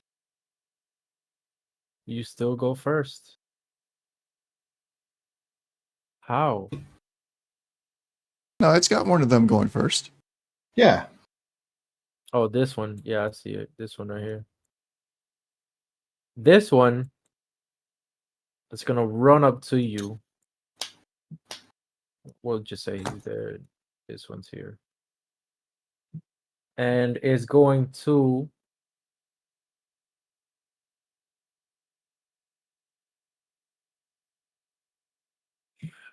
claw at you.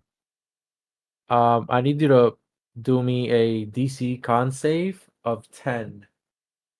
Easy. Shit, he did make it. Don't forget, I've got +8 con, mate. So I mean, the 10's quite easy.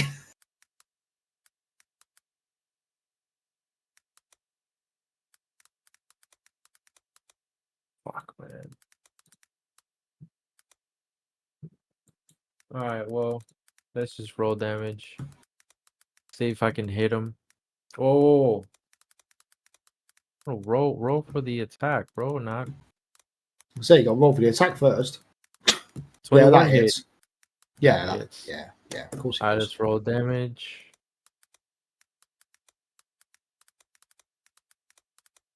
7 points of damage on Gribbo.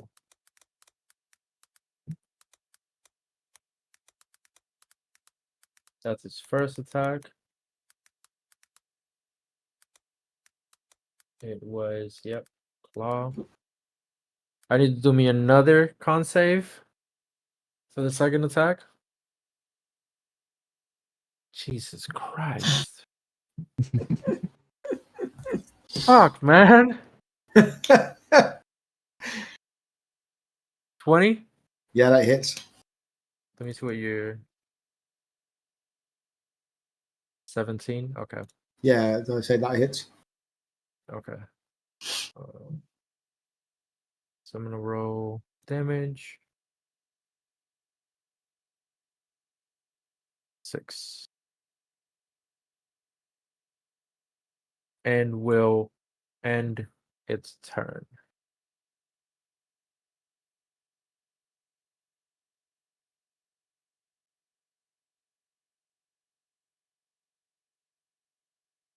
That was his turn. Now it's this one's turn. I'll keep him over here for the sake of, because now they're gonna overlap. Yeah. And we'll do the same. Again, another con save from you. Come on. Jesus fucking Christ, man.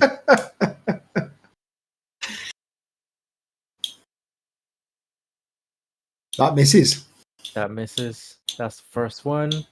Rolls again. Now he's angry. He's angry. Oh shit, he That misses, misses again. again. He's on a frenzy. Jesus Christ. He wants blood. Alright. Your turn. All right. Well, I'm not gonna bother to rage. I am gonna shout at Val. Mm-hmm. There's more fun to be had. Come and join me. Yep, I will. As soon as I hear that from Grebo, I will rush to his side. Leave Looks one like for that me. looks like that missed. Did that miss or hit? That missed, didn't it? No, that. Oh, wait. 11. No, that misses. Yeah. By 1. Right. I roll another attack. Second attack. That hits. I'm gonna go ahead and roll initiative. Alright. And I'm going to have That's 23. That's 17 damage. 17 damage on the creature. Yeah. Alright, give me a sec. Minus 17. Oh. What did you hit it with? An axe? The great axe, yeah. My You normal chopped attack. off one of its limbs. You hit it so hard, you literally chopped off one of its goddamn limbs. He's squealing, hurting. You hit him so hard, he's actually on the floor. You ever seen in Baldur's Gate when some of these sort of creatures they fall, especially when you hit them with light, how they fall on the floor and they just start like shaking and doing all kinds of weird shit? That's exactly what he's doing right now. And that's going to be the end of my turn. Actually, I'll risk the attack of opportunity, and I will move back. Oh, you gotta click the little select token thing and then drag it. The Oh game's wait, I'm also sorry. I'm paused. sorry. Yeah. I got you. I'm sorry. Yeah, I'm going to risk the attack of opportunity. I'm going to move back so that my allies can actually get in to do their attacks. They don't have attacks of opportunity. Okay.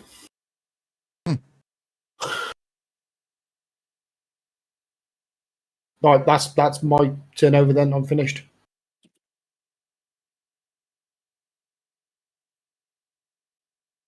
Give me a second.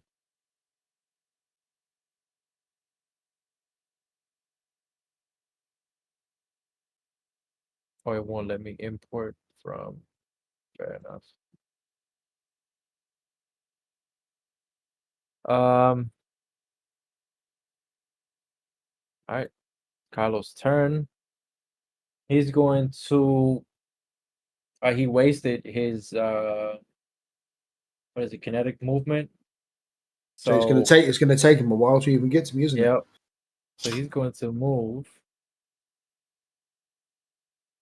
I believe he's got.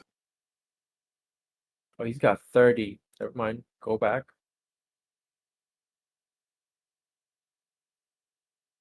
And how far is the creature? Oh, he doesn't even see it. He just knows that we're in a fight because you guys are in a fight. All right. Yeah, well, I basically shouted at them, didn't I, to come and join the fun. So Yeah, they they know there's something going on.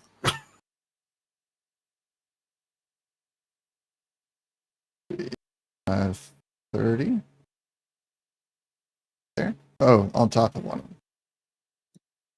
Stop there. Then.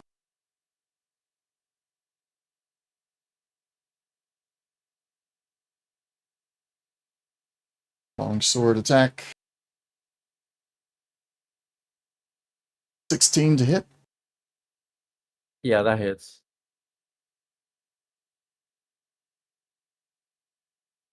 Five damage.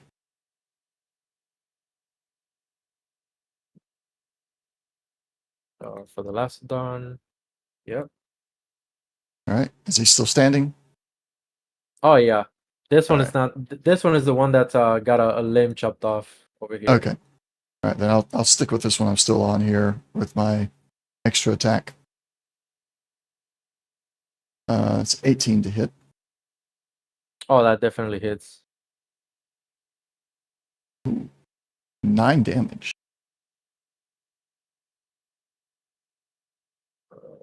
9 damage.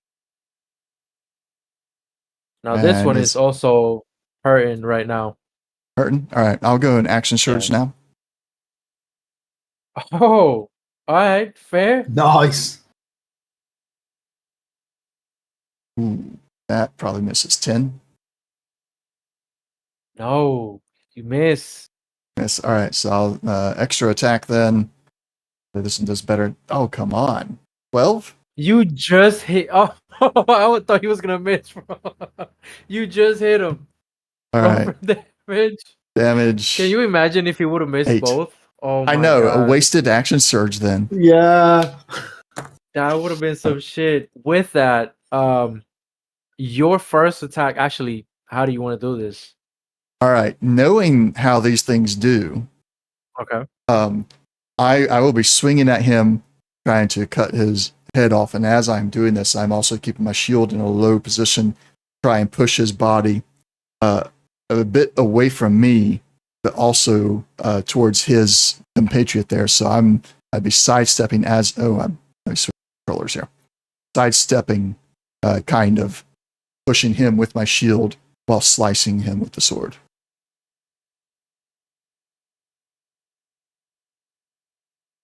So that when he explodes, he's closer to his companion than he is to me. Oh, I see what you did there. Okay. Gonna target him.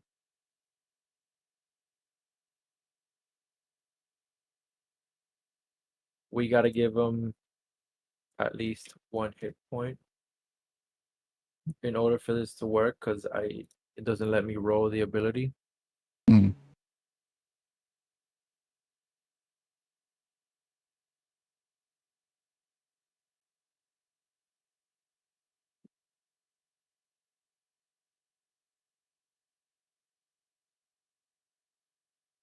$15. As he lands on top of his friend, from the way you threw him, they both go up in explosions of guts and blood that land all over you. You are now completely covered in red. We shall call you the Crimson Knights. They're both dead, and as far Alright. as you guys can tell, that's the end of any threat on the ship. You guys are free All to right. do whatever you guys want. I would like to do I don't know if you allow this in your games, take 20 on thoroughly searching what is left of the ship while the crew that came with us finishes bringing the barrels onto our ship. Wait, how? Take 20, you said? Yeah. Are you not familiar with that one? No. Hit me with Okay. it. So basically, taking 20 is like usually only do it for perception checks. There's no threats around. GM's confirmed there's no threats around, and so instead of rolling any dice, you're just taking the time required to find everything there is to find. So how do you roll for that? What do you do for that? Is it You like don't roll. I was saying there's no you combat. just so waste the time to look Yeah. for Yeah. yeah, okay, yeah, that's fine. That's absolutely fine. Yeah, of course. There are no threats. So you guys can definitely, and you guys already did the mission that Mhm. you were told to do, which is to find the boat, find out what happened. We're literally here. So there's you're not on a time limit anymore.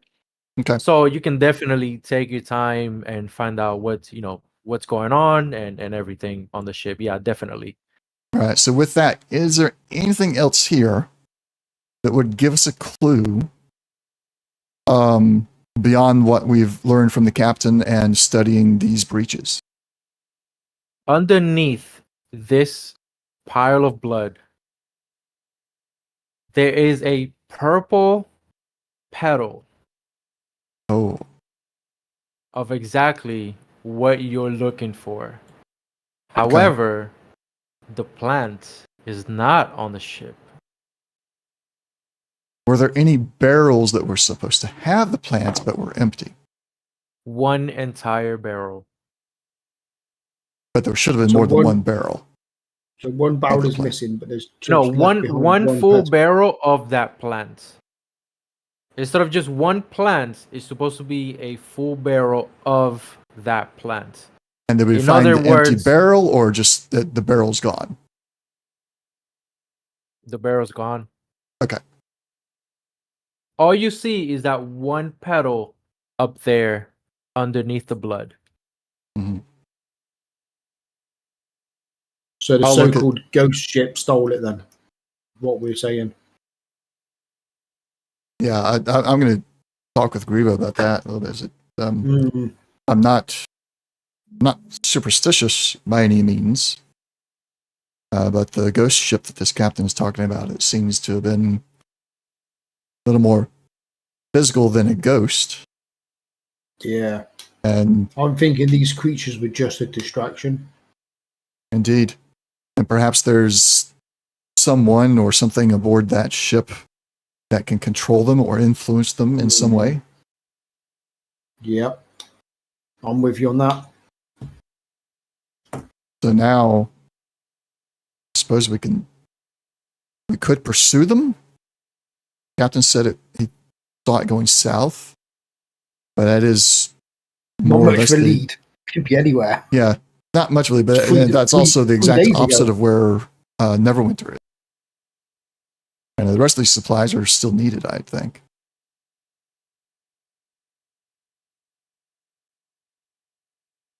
So do we return to Neverwinter with what we've got, inform the Lord, and then And perhaps see what say, then perhaps see where we go from there and see if he wants Yeah. us to pursue this ship. He likes to get information, and I think pursuing the Good ship information. would do that. But they also need the supplies. Yeah. Because surely he's going to be interested in a ghost ship when we give him that information. And he may know something about. He may know something because obviously he has all this knowledge. He has all this information. He might know something about it. We'll need to get a direct audience with him. Yeah. Because Kylosar knows nothing about this plant, but Never Ember might. Yes. All right. Yeah, let's head back to Neverwinter then.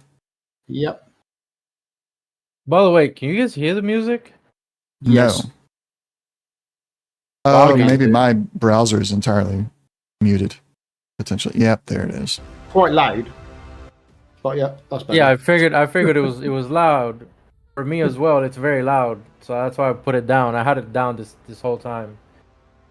Yeah, I kept coming and going. I guess you were messing with the volume. Yeah, I was at first. Yeah.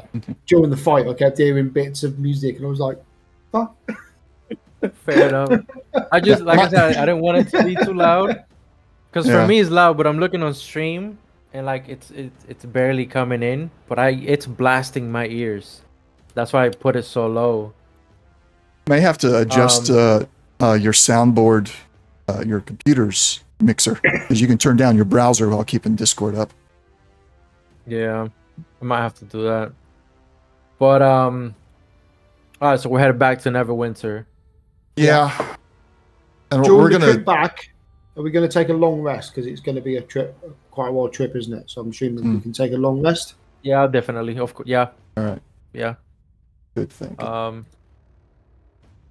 Gonna grab Kylostar here, give him a long rest. So I'm assuming it's not going to be a 10-minute journey back to Neverwinter. It's going to take a day or whatever. Yeah, it's gonna. Well, in a boat ride, it's gonna take you about a day and a half. Yeah, so long rest then. Yeah, that's fair. Yeah. Alright, so we're going to. What about the captain? Are you guys bringing him, leaving him? What are you guys going to do with? He's coming, but I'm going to keep a close eye on him. While he's telling the truth about everything. So, and I believe him. I'm still worried about him skimming stuff. Alright, just to be clear, you are bringing the captain onto your ship. And keeping a close eye on him. Yeah. As you do so, the captain of the other ship tells you that none of you are coming onto the ship. Why is that, Captain? Give me and I'll explain in a minute why. Give me a persuasion check. I want to roll an intimidation check, so I'm going to say to him, Go for it. I'm going to say to him, are you going to try and fucking stop me, bitch? Who rolled that? 19. I did. 19 on the persuasion. Yeah. And on the intimidation, I'm rolling. Oh, what? Oh, no. Wow. Unbelievable. I was going to incorporate your intimidation with my persuasion, but not now. That one. Okay, yeah, fair enough. You don't take any notice of me. Val. Just having a cat fit back there. Coughing up a hairball. With your 22 persuasion roll. I also need to ask, did any of you receive damage during the fight? Yeah. And yes. I'm gonna... Other than the death burst. No. I did, yeah. I'm rolling... I'm looking...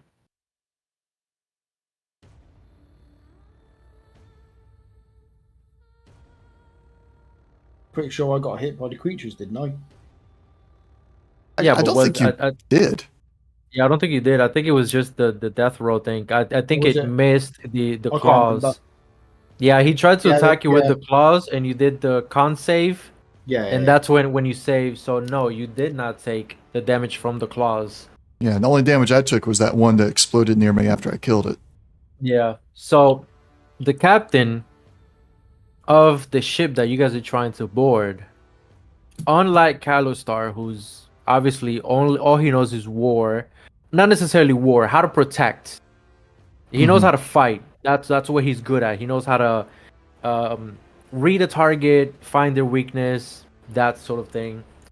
Um, However, the captain of the boat knows what these creatures are specifically, and a thing called the ghoul fever. The reason why I had Bob row when he was next to the captain, the medicine check was because the captain barfed in his mouth, and Gribbo would have seen that. And the reason why it was a medicine check is because the captain actually has ghoul fever. Now, the reason why I'm telling you this is because you rolled very high in your charisma. If not, the captain would have traveled back with you guys and tried to kill you all in your sleep as he was turning. But because you rolled a 22 charisma, the captain knows this of the ship.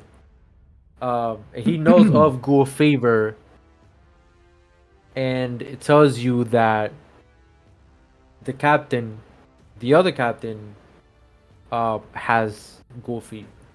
Surely this is something I would have run across in my service or heard about. Can I make a check to see if I know or am aware or have heard rumors of any kind of cure for it? Give me a history check because you would have to recall Mhm. not just the creature, but whether you've encountered this before. Yeah, nope. You do not know. Yeah, this one's too rare from my experience. Okay.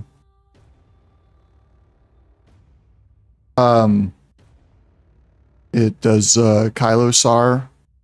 Oh no, he wouldn't know. He's just military.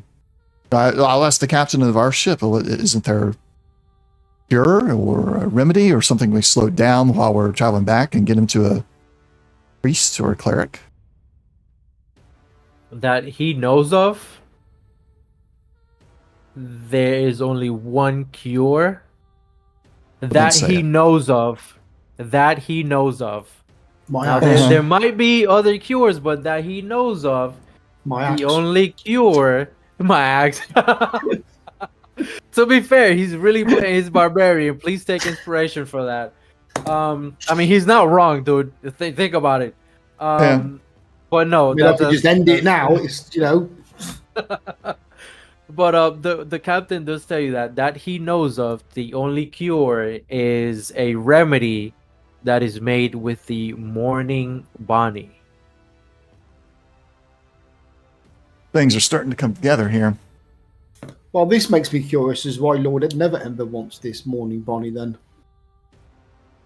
I mean, perhaps it's that. Maybe it has other uses as well. well, yeah, But for a ghost, for it to be stolen this way, the only thing stolen, I'm fairly certain at this point is probably being used as some kind of cure. They left yes, everything else behind. yeah. What Lord Neverember wanted it for, maybe it's just part of the regular trade goods we're having, but it was targeted here. Yeah. Must be for a cure. So we definitely need to go back to Neverwinter and speak to Lord Neverember. Yeah. I'll ask the captain of our ship, how long does the fever take to turn one into one of these creatures? It takes 2 days. 2 days. When were you bitten or scratched? I'll ask the captain who's been infected. When was your injury? He was just he just happens to have it on the day that you guys arrived. That's when he was attacked by the creature, because he was able to manage them off. And to be fair, remember the other two that I told you that were able to fight alongside the captain and this and that. Mhm. The only two actual fighters, they were also able to sort of fend them off. Right. They did make barricades and they used the fire barrels and this and that. The remaining ones that they had. Yeah.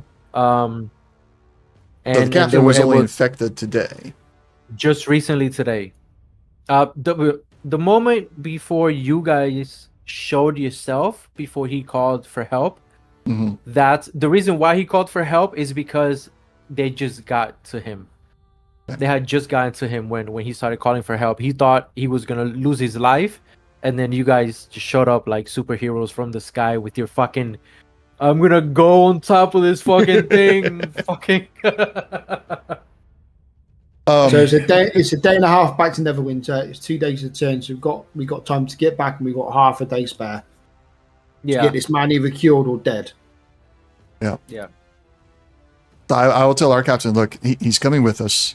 I know you don't like it, but we'll We put him chain under him up lock and- and key. Yeah, I mean, you We'll broke a chain him up. 22 charisma.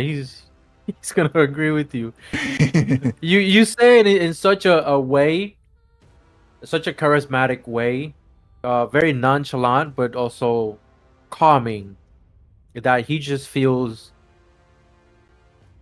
not protected, but at ease by your words.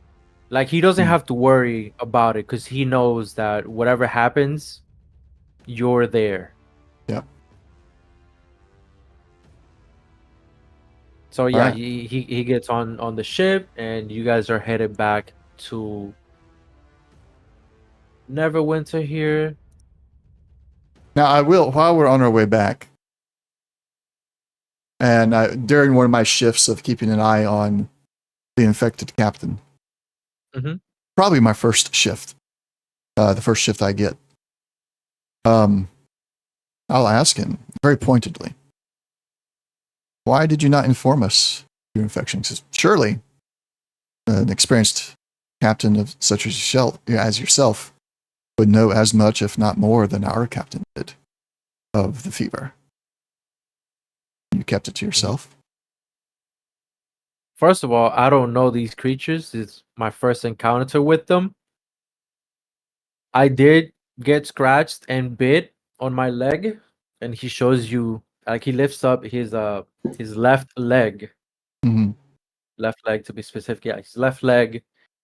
Like he pulls up his pant just a little bit because it's right by the ankle.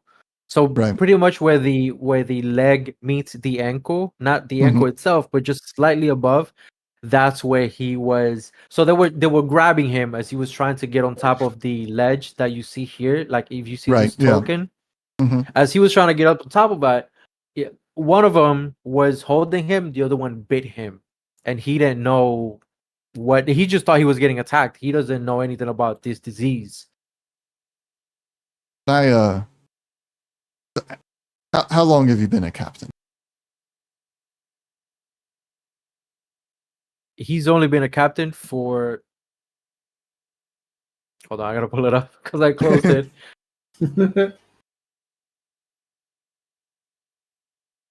3 years. He was 3 recently years. just appointed by the previous captain that was there before him, who was actually his father-in-law. And how long have you served on board ships before that? On a ship doing this kind of work? No. His expertise,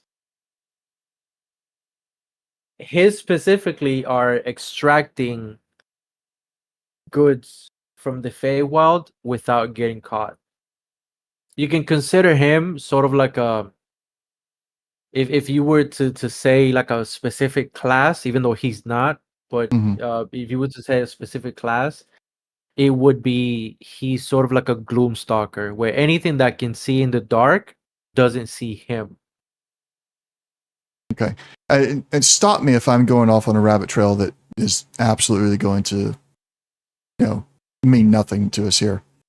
Mhm. So what made your father-in-law decide to name you captain of ship, having virtually no experience as sailor or deckhand? First of all, he was very old. Not necessarily old as in like 100 and something years old or anything crazy like that, but he was an old man in his 70s, late 70s, before he Oh. passed away, and he left me the, I guess you will call it the family trade. The reason why he gave it to me is because I'm the most knowledgeable out of everyone here. The other two were grunts. Everyone else was children, women, people that know how to do trade. The women would go to the towns, and they would be basically, you would consider them um you would not customer service, but the ones that focus on like selling the So specific items and stuff like that. you were given control of the business, as it were, and then you chose to make yourself the captain of the ship. I mean, who else was going to be the captain? The two grunts? Surely there was another sailor more qualified in navigating the seas and As he avoiding starts to things get like this. irritated at you, he says, "Who would have been better, the little girl that's inside the bucket, or the barrel or whatever?" Seek out the appropriate person for the job. From my knowledge of what little you've told me here, your father-in-law ran this route for many Listen, years and never had this issue. It's a family trade. We can't get outsiders in this. What part of that don't you understand? So you're telling me that every person on board that ship was blood related to you in some way? Every member of the crew, every trader. Not blood related, but they are family. So these are like the sons and daughters of someone within the family, cousins, relatives in some way or form, not necessarily. So they would be like, I would say blood related, but they are family. I'm sorry, what? I said they would be like my tribe. Exactly. Same sort of deal. Exactly. Well, then I'm That's sorry to say. They're very close knit on this sort of trade. I'm sorry to say that your father-in-law made a poor choice in leaving the company in your hands, made a poor choice in not training somebody properly to take over the captainship.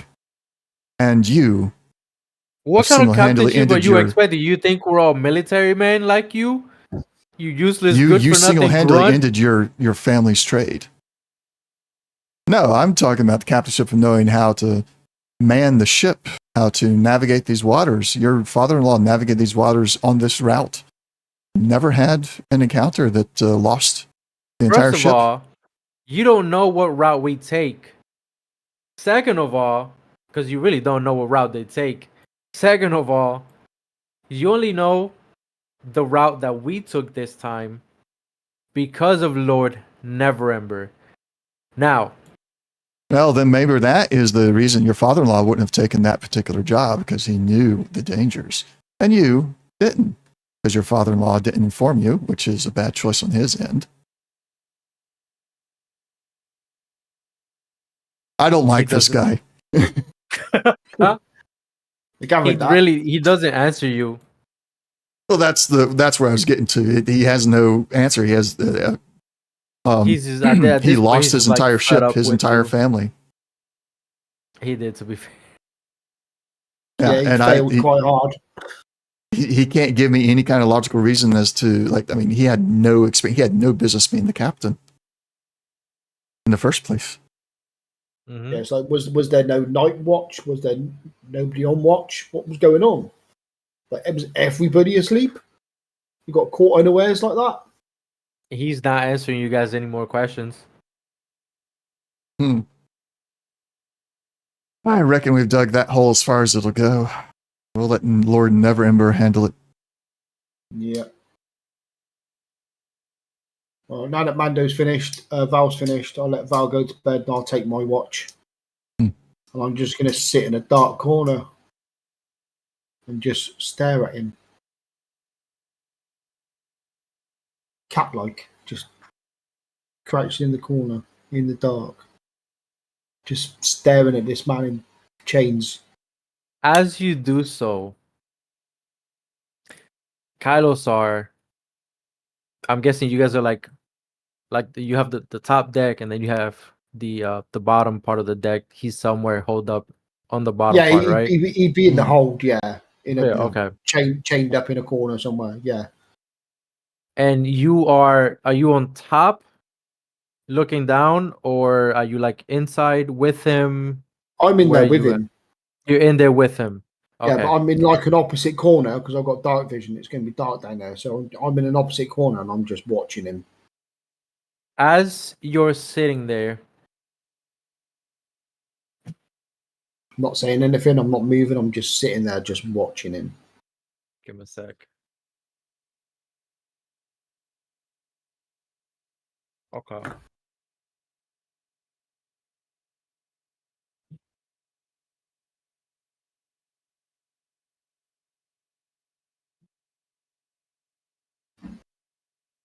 As you're sitting there, let me see what this one does.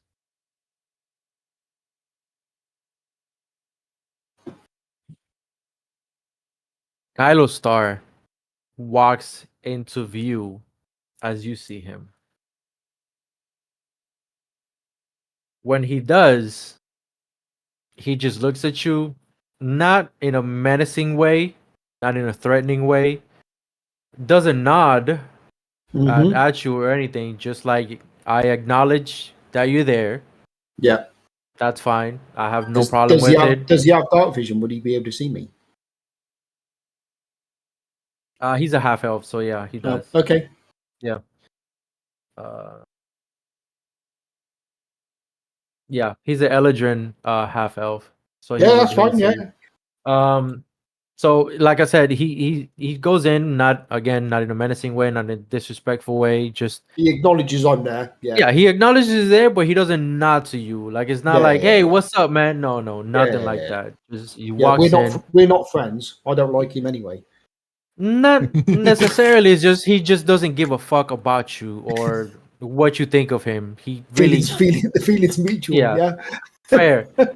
He just doesn't give a shit about you. As he walks in, I need you to roll me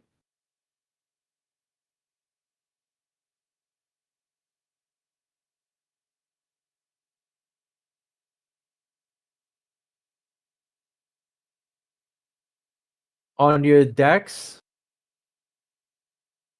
with disadvantage because he A will. dex save or dex save. No, just regular dex, not a save. Just on the very top of the sheet, just a regular dex, but Yeah. with disadvantage.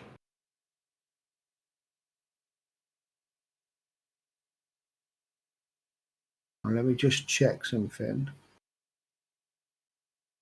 With my danger sense, I have advantage on dex saving throws. Fuck. On what saving throws? Dex. Fuck. I have Would it at just second cancel it level, then? you gain an uncanny sense of when things nearby aren't as they should be, giving you an edge when you dodge away from danger. You have advantage on dex saving throws against What? effects that you can Why do see. you guys keep ruining everything for me? Why? Why? First Mando with his fucking I'm gonna get high up there like a bird. Now fucking Jesus Christ. And I can't be Rolling. blinded. I can't be blinded. I can't be deafened, or I can't be incapacitated. Fine, roll it with advantage.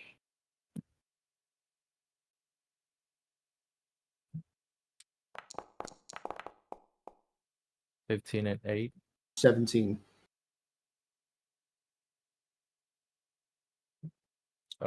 He's going to roll just a straight dex. Again with advantage, just like you. Oh my god. Sorry, Jed. Fuck, man. Why? Dude, I'm a cat. All right. So what you see is, again, I described two of the not scimitars, but Kylo Star's machetes, which is what the weapons that he have, even though they're called scimitars. Yeah. But he pulls out the one that is enveloped in sort of blackness. Right. As he tries and fails miserably to stab Blasco, but unfortunately, you grab his hand, but the way that you do so, your claws actually claw into him, giving him piercing damage. Do you want me to roll a claw attack? Actually, yeah. Even though it's not intentional, because of the whole Yeah, but- situation. I'm sorry, go ahead. Claws 1d4. 1d4. Yeah, just Yeah. roll that. 2 damage. Okay. So -2. And he took that as maybe it wasn't even intentional. Maybe it was. That we'll leave that No, up it's to not you. not intentional. Not intentional. But because of the whole situation and how it played out, you reacted so fast. Yeah, just instinct. You just gripped him, and your claws gripped him, dealing him 2 piercing damage. Mm-hmm. As he sort of pulls away from you and puts away the sword, what do you do? I'd be like, "What the fuck are you doing?" I'm gonna like angrily. What the fuck do you think you're doing? You're our prisoner. He doesn't answer you. He's just staring right at you. He's not saying anything. He's not moving. He's not threatening you, and you can sense that. Yeah. He's just blankly, like poker face, just blankly staring right at you. And he did so that you wouldn't feel threatened. When he put his blade away, he did let go of it. So he's not holding it, or trying to threaten you in any way. He's put it away, Okay, so and he's just looking at you. I'm gonna, with my senses, I'm gonna obviously sense something's not fucking right here. Something strange is going on, and Okay. it doesn't actually say it on the skill because it's more to sense magical items. But can I use magic awareness to see if he's under influence of any charm spells or anything? Will you let me do that? If not, that's fine. I'm just asking. No. Yes. You don't even have to roll for it. I'm just gonna tell you. Okay. Well, it's not a roll. It's just a skill. I just use it. I've got 3 uses. Under any type of magic, anything, he's not under it. Because it says until the end of your next turn, you know the location of any spell or magic item within 60 feet of you that isn't behind cover. Nope. So he's Not not under him. influence of any charms or spells or. Nope.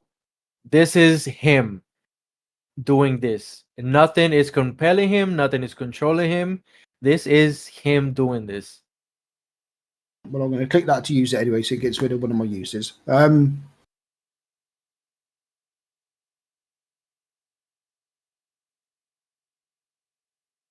So, I mean, I just want to roll an intimidation check. It's like, what the fuck? What the hell is going on? What the fuck are you doing? And I'm also going to raise the alarm and call Val. If Val is within hearing distance, I'm gonna, Probably would be in case. raise the alarm because that's why I'm down here on watch. I'm gonna raise the alarm if something happens. Hold on. Roll me. You said you were gonna roll a Intimidation check. Because I want to know what the Intimidation. fuck what the hell are you doing? What's going on? do me a favor. Yeah. Oh Ooh, shit. nice. So that's a 21 intimidation check. Is this like orders of Neverember? What are you doing? Why? I don't understand why you're attacking this man. Is basically what I want to find out. He's going to, with your 21, roll this with disadvantage. Will fail. He begins to tell you Mm-hmm. a story of a human woman who fell in love with a half-elf man who had lost his memory. He can't remember anything past 10 years ago when he met her. The girl that was in the barrel was her niece. And she was his wife. So it's his niece that's in the barrel. I mean, it was his wife's niece, not his, but yeah. Well, Well, then he it'd still be married his her. niece. But Yeah. if it's his wife, it's If his they're niece. married, Isn't it? it's his niece. Yeah, Fair. His niece. yeah. So I can understand why he's pissed off. Yeah, okay. At what point during this story, or maybe after the story, does Val arrive after hearing the call from Yeah. Grebo? Because I would have raised the alarm, so Val, I'm assuming, would be on the way, and any other people that are on the ship, sailors, the captain, Yeah, and whatever other people that are around. And to be fair, you did push the alarm way before he even told you, because he did have to roll the intimidation check. Yeah. So that will give Val plenty of time. Now, So Val would be here to hear this story. Yeah. where was Val? Where were I you wouldn't have when been- after you left him? Where did you go? I would have gone with probably just the cabin next door, so that I'm still close by.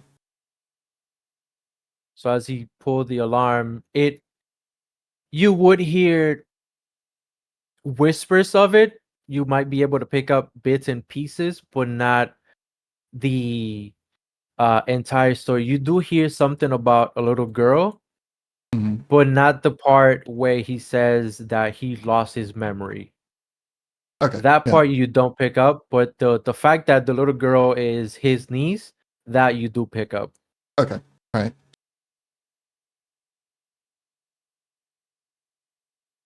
I'll come into the room. Having heard that part, I'll make eye contact with Grebo. I guess I'll be bringing a lantern in since the alarm was raised. I'll just grab one of the lanterns in the hallway on my way there. Make eye contact with Grebo to let him know I'm there. But continue to let Grebo handle the situation. Yeah, that's Yeah. fair. So Just waiting, I'm waiting. gonna say to Captain Smarty Pants, I understand. I understand your rage and I understand your anger, for this man will face justice back in Neverwinter. Again, Not here. he doesn't say anything else to you. Again, not in a threatening way, not in just again poker face, just looking straight at you. Doesn't nod, just walks away. Again, not trying to be disrespectful, just this But conversation is listen, over. I'm not being disrespectful to him either. I'm literally Yeah. just saying, look, I get it. I understand. Yeah, fair. Yeah, but he's like, in And this his man will mind, justice. what he's trying to do is pretty much with his body language and without saying a word, he's telling you this conversation is over. We have nothing else to say to each other as he walks away from you. Yeah, I'm just gonna let him go. Yeah. And then have a And conversation with Val about this story that he's just told me about the man losing his memory and all that stuff. yeah, fair. I fear he may not get what he sees as justice once we get back to Neverwinter. While this captain is inexperienced, probably shouldn't have been choosing himself to be the captain of the ship. There's fault to go around for the choosing of who is in charge of what. Fact remains, it was a hostile creature. that did the killing. I seriously doubt he intentionally took his ship where these creatures were, knowingly.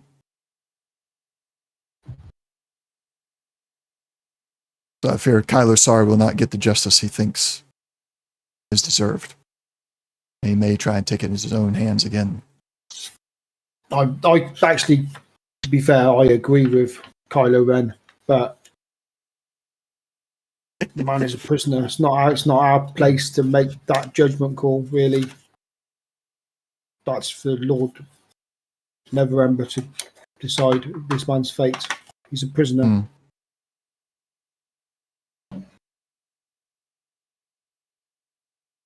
Right. And with Yeah, that, I've been thinking Kylo Ren the whole time. I'm sorry, you've been what? I've been thinking Kylo Ren this whole time, and then Bob Kylo says Ren, it's Kylo got the Ren. Smarty Pants, whatever his name is. He was like Kylo Ren. To be fair, one of the reasons why I made his blade light up in black like that was because of Kylo Ren. So yeah, I mean he has a whole different backstory and a different campaign, Kylo Sarr. But yeah, it has hints of Kylo Ren from Star Wars. Yeah.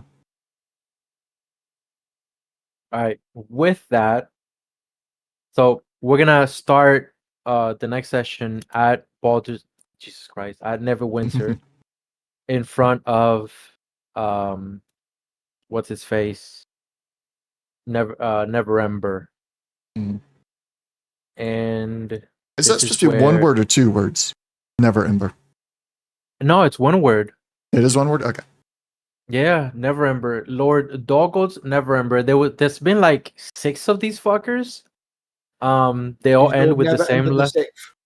Yeah, but they all have different first names. Throughout the timeline. I remember there was one that got challenged for his throne by some uprising guys. They were part of a cult, and eventually he regained his throne back, but it was like a whole thing. Pretty fucking crazy. Cool story too. But yes, and to be fair, bro, stop fucking up my plans, man. Stop fucking up my plans. The dice God giveth, the dice God taketh away. That fucking goes for the two of you. This motherfucker with making. To be fair, Kylo Starr had no connection to this fucking woman, but I had to give you something for the role that you did. And to be fair, 90% of this one, because the whole point of the one shot was for you guys to go over there, fight the motherfuckers. Oh, by the way, you guys should level up. But we're gonna do that off stream while not streaming it. Yeah. Because you guys are gonna hit 5 levels right away right now. And then after you complete the whole Neverember thing, depending on what you guys do or not do or whatever the case might be, you will eventually get 2-3 levels, whatever the case is. Because the whole point is to get to level 10. Yeah. So that we can go fuck up Vecna. Yeah. But the whole 90% of that adventure, it is actually an encounter, not even a one shot. It's just an encounter. Was made up. Made up on the fly. It's like that's the joys of being a DM. You got to make shit up as the players do stuff you don't expect. Just to be fair, though, do the roar said, it's welcome to the life. Yeah. To be fair, the little girl inside the barrel that was in the adventure, the encounter. I was like, damn, that's kind of grim. Yeah, but you're just sitting there expanding upon it, which is, I mean, that's good DMing. That's good storytelling. I just ran with it. I was like, fuck it, let's do this. That's what you got to do with it. It's like, yeah. But to be fair, I didn't think Buddy over here was gonna roll such a fucking intimidation. I'm sorry, persuasion on the captain, because the DC for the persuasion, it was pretty high. Yeah. And I was like, there's no way these fuckers are gonna get this shit. This motherfucker rolled a fucking like 21. It's a DC 15 charisma, either intimidation or persuasion. My man said, nah, bitch. 21 or 22, some 22. shit like that. 22. 22. Yeah. I was like, bro, I gotta You've had give some him. good rolls. Fair play. Yeah. So I gave him the whole thing. I was like, fuck it, just it's fucking 22, bro. Oh, come on. Yeah, you know just- everything. Yeah. you knew everything. So I mean, I just gave it to him. I was let's see, 22. I was one off of a nat 20. Of a Yeah, it nat was a 20. 19, wasn't it? Yeah. Yeah. But that's why I was like, give him everything about the morning Bonnie, the whole disease thing, everything. Because you weren't supposed to know about the ghoul fever until later on. But I was like, bro, the captain got persuaded so hard. It's like, even if he wasn't gay, this man just turned him gay. Oops. Type of persuasion shit. So I was like, bro, just give it to him. So I gave him the whole disease thing. I was like, ghoul fever, man. And to be fair, the other guy really didn't know shit. He's just an idiot that was handed an empire And he that didn't was know how to built run it. upon, and he didn't know how to run it. And he just, Yeah. To be fair, this whole situation wasn't necessarily his doing per se. Because there is a little bit more, but obviously can't say. But it really wasn't his doing. Like, this man is he's just an idiot per se. But his thing is, when they imagine you give someone a pouch of gold and you tell them, I need you to go to the Feywild and I need you to find this and this and this and bring it back to me. That's literally what he does. Captaining a ship, doing this, doing that. That's not his thing. He doesn't do none of that shit. But because he was the person with most sort of experience in traversing through not being detected and being the son-in-law of the guy who was given the empire. Yeah. But What, that's what is it. that called when you hire your own family? Nepotism? Nepotism, yeah. Yeah, that's what they are. They just Yeah. like their whole thing is.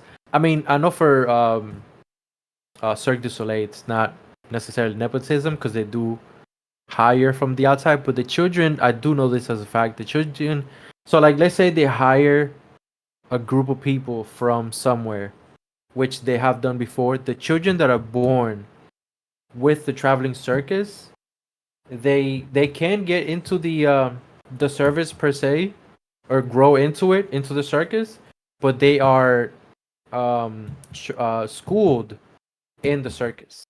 Yeah. Oh no, I get the whole like Yeah. you're in the circus and everything. I mean, trade ships can do that. Star Trek Enterprise explored that with one of their helmsman came from a family run, like the multiple families on this one trade ship that just ran routes, trading things between planets. And yeah, I get that Exactly. whole idea. But based off of after getting the information from the other captain, our captain, and then that started to really show how green this other captain was. And it's like that shouldn't have happened that way. Like the guy that handed it off should have been training a true protege to take over. Yeah, like a captainship. proper. Yeah, definitely. Yeah. This guy, like I said, he just got handed like the whole thing because he's imagine, you get along very well with your son-in-law, and then you're like, oh, keep the empire, and then they fuck it up. A lot of times it happens 90% of the time. Yeah. Well, that's why I what threw happened. that little insult in at the end there. It's like, well, you're the one that ended your entire family and its business. That little insult, man, kept tossing. It was like you were tossing a bag of salt on this man, just like nonstop.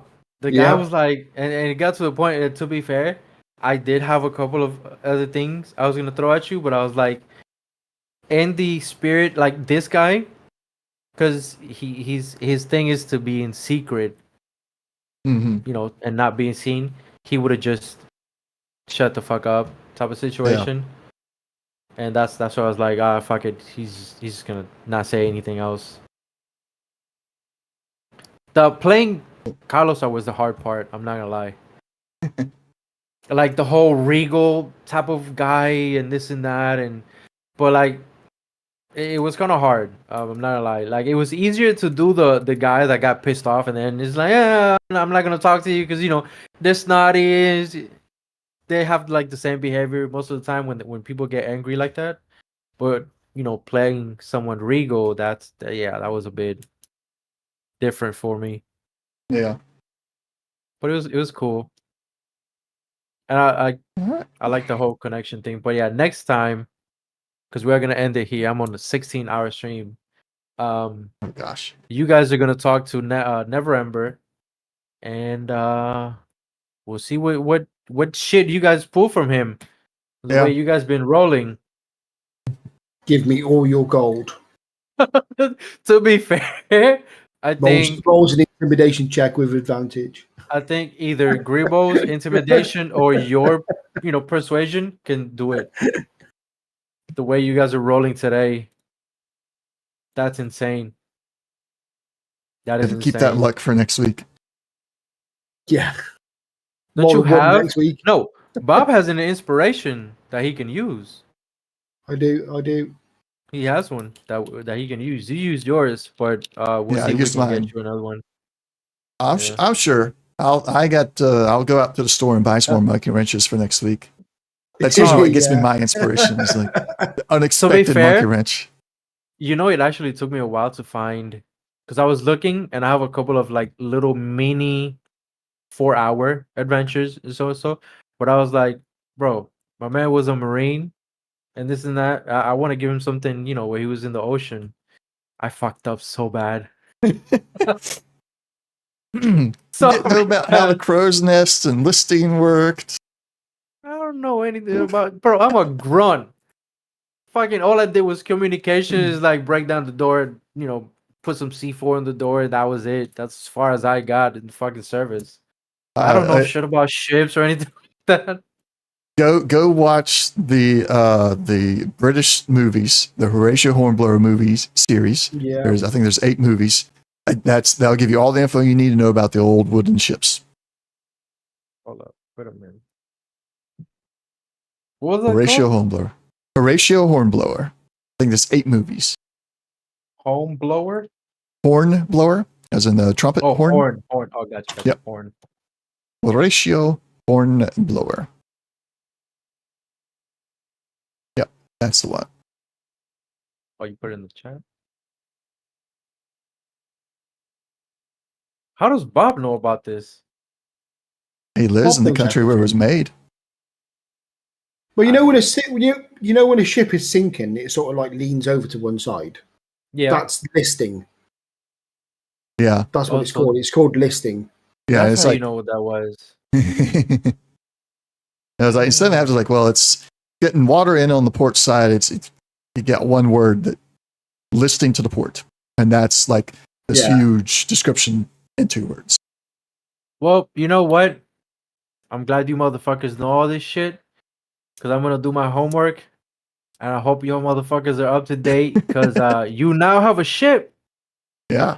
And I'm gonna test y'all motherfuckers on this shit. I in Discord chat, in the voice chat, in the voice chat text chat area, I sent you an image of. So you let us know which one we got now. Ships.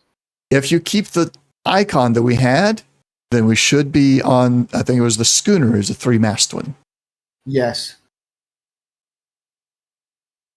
Oh.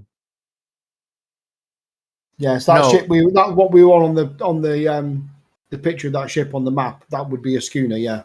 Yeah, and then what we were boarding, possibly the bark rig. Well, the brig is a warship. What we were boarding would have been the full rigged or square rig, the bloody massive one. I think the full rigged one. It was supposed to be a massive, but again, like a massive merchant ship. Yeah, Dungeon Alchemist didn't have a ship like that to look like that, so I had to make something up really, really big. So I just scaled, that shitty ass boat, but it was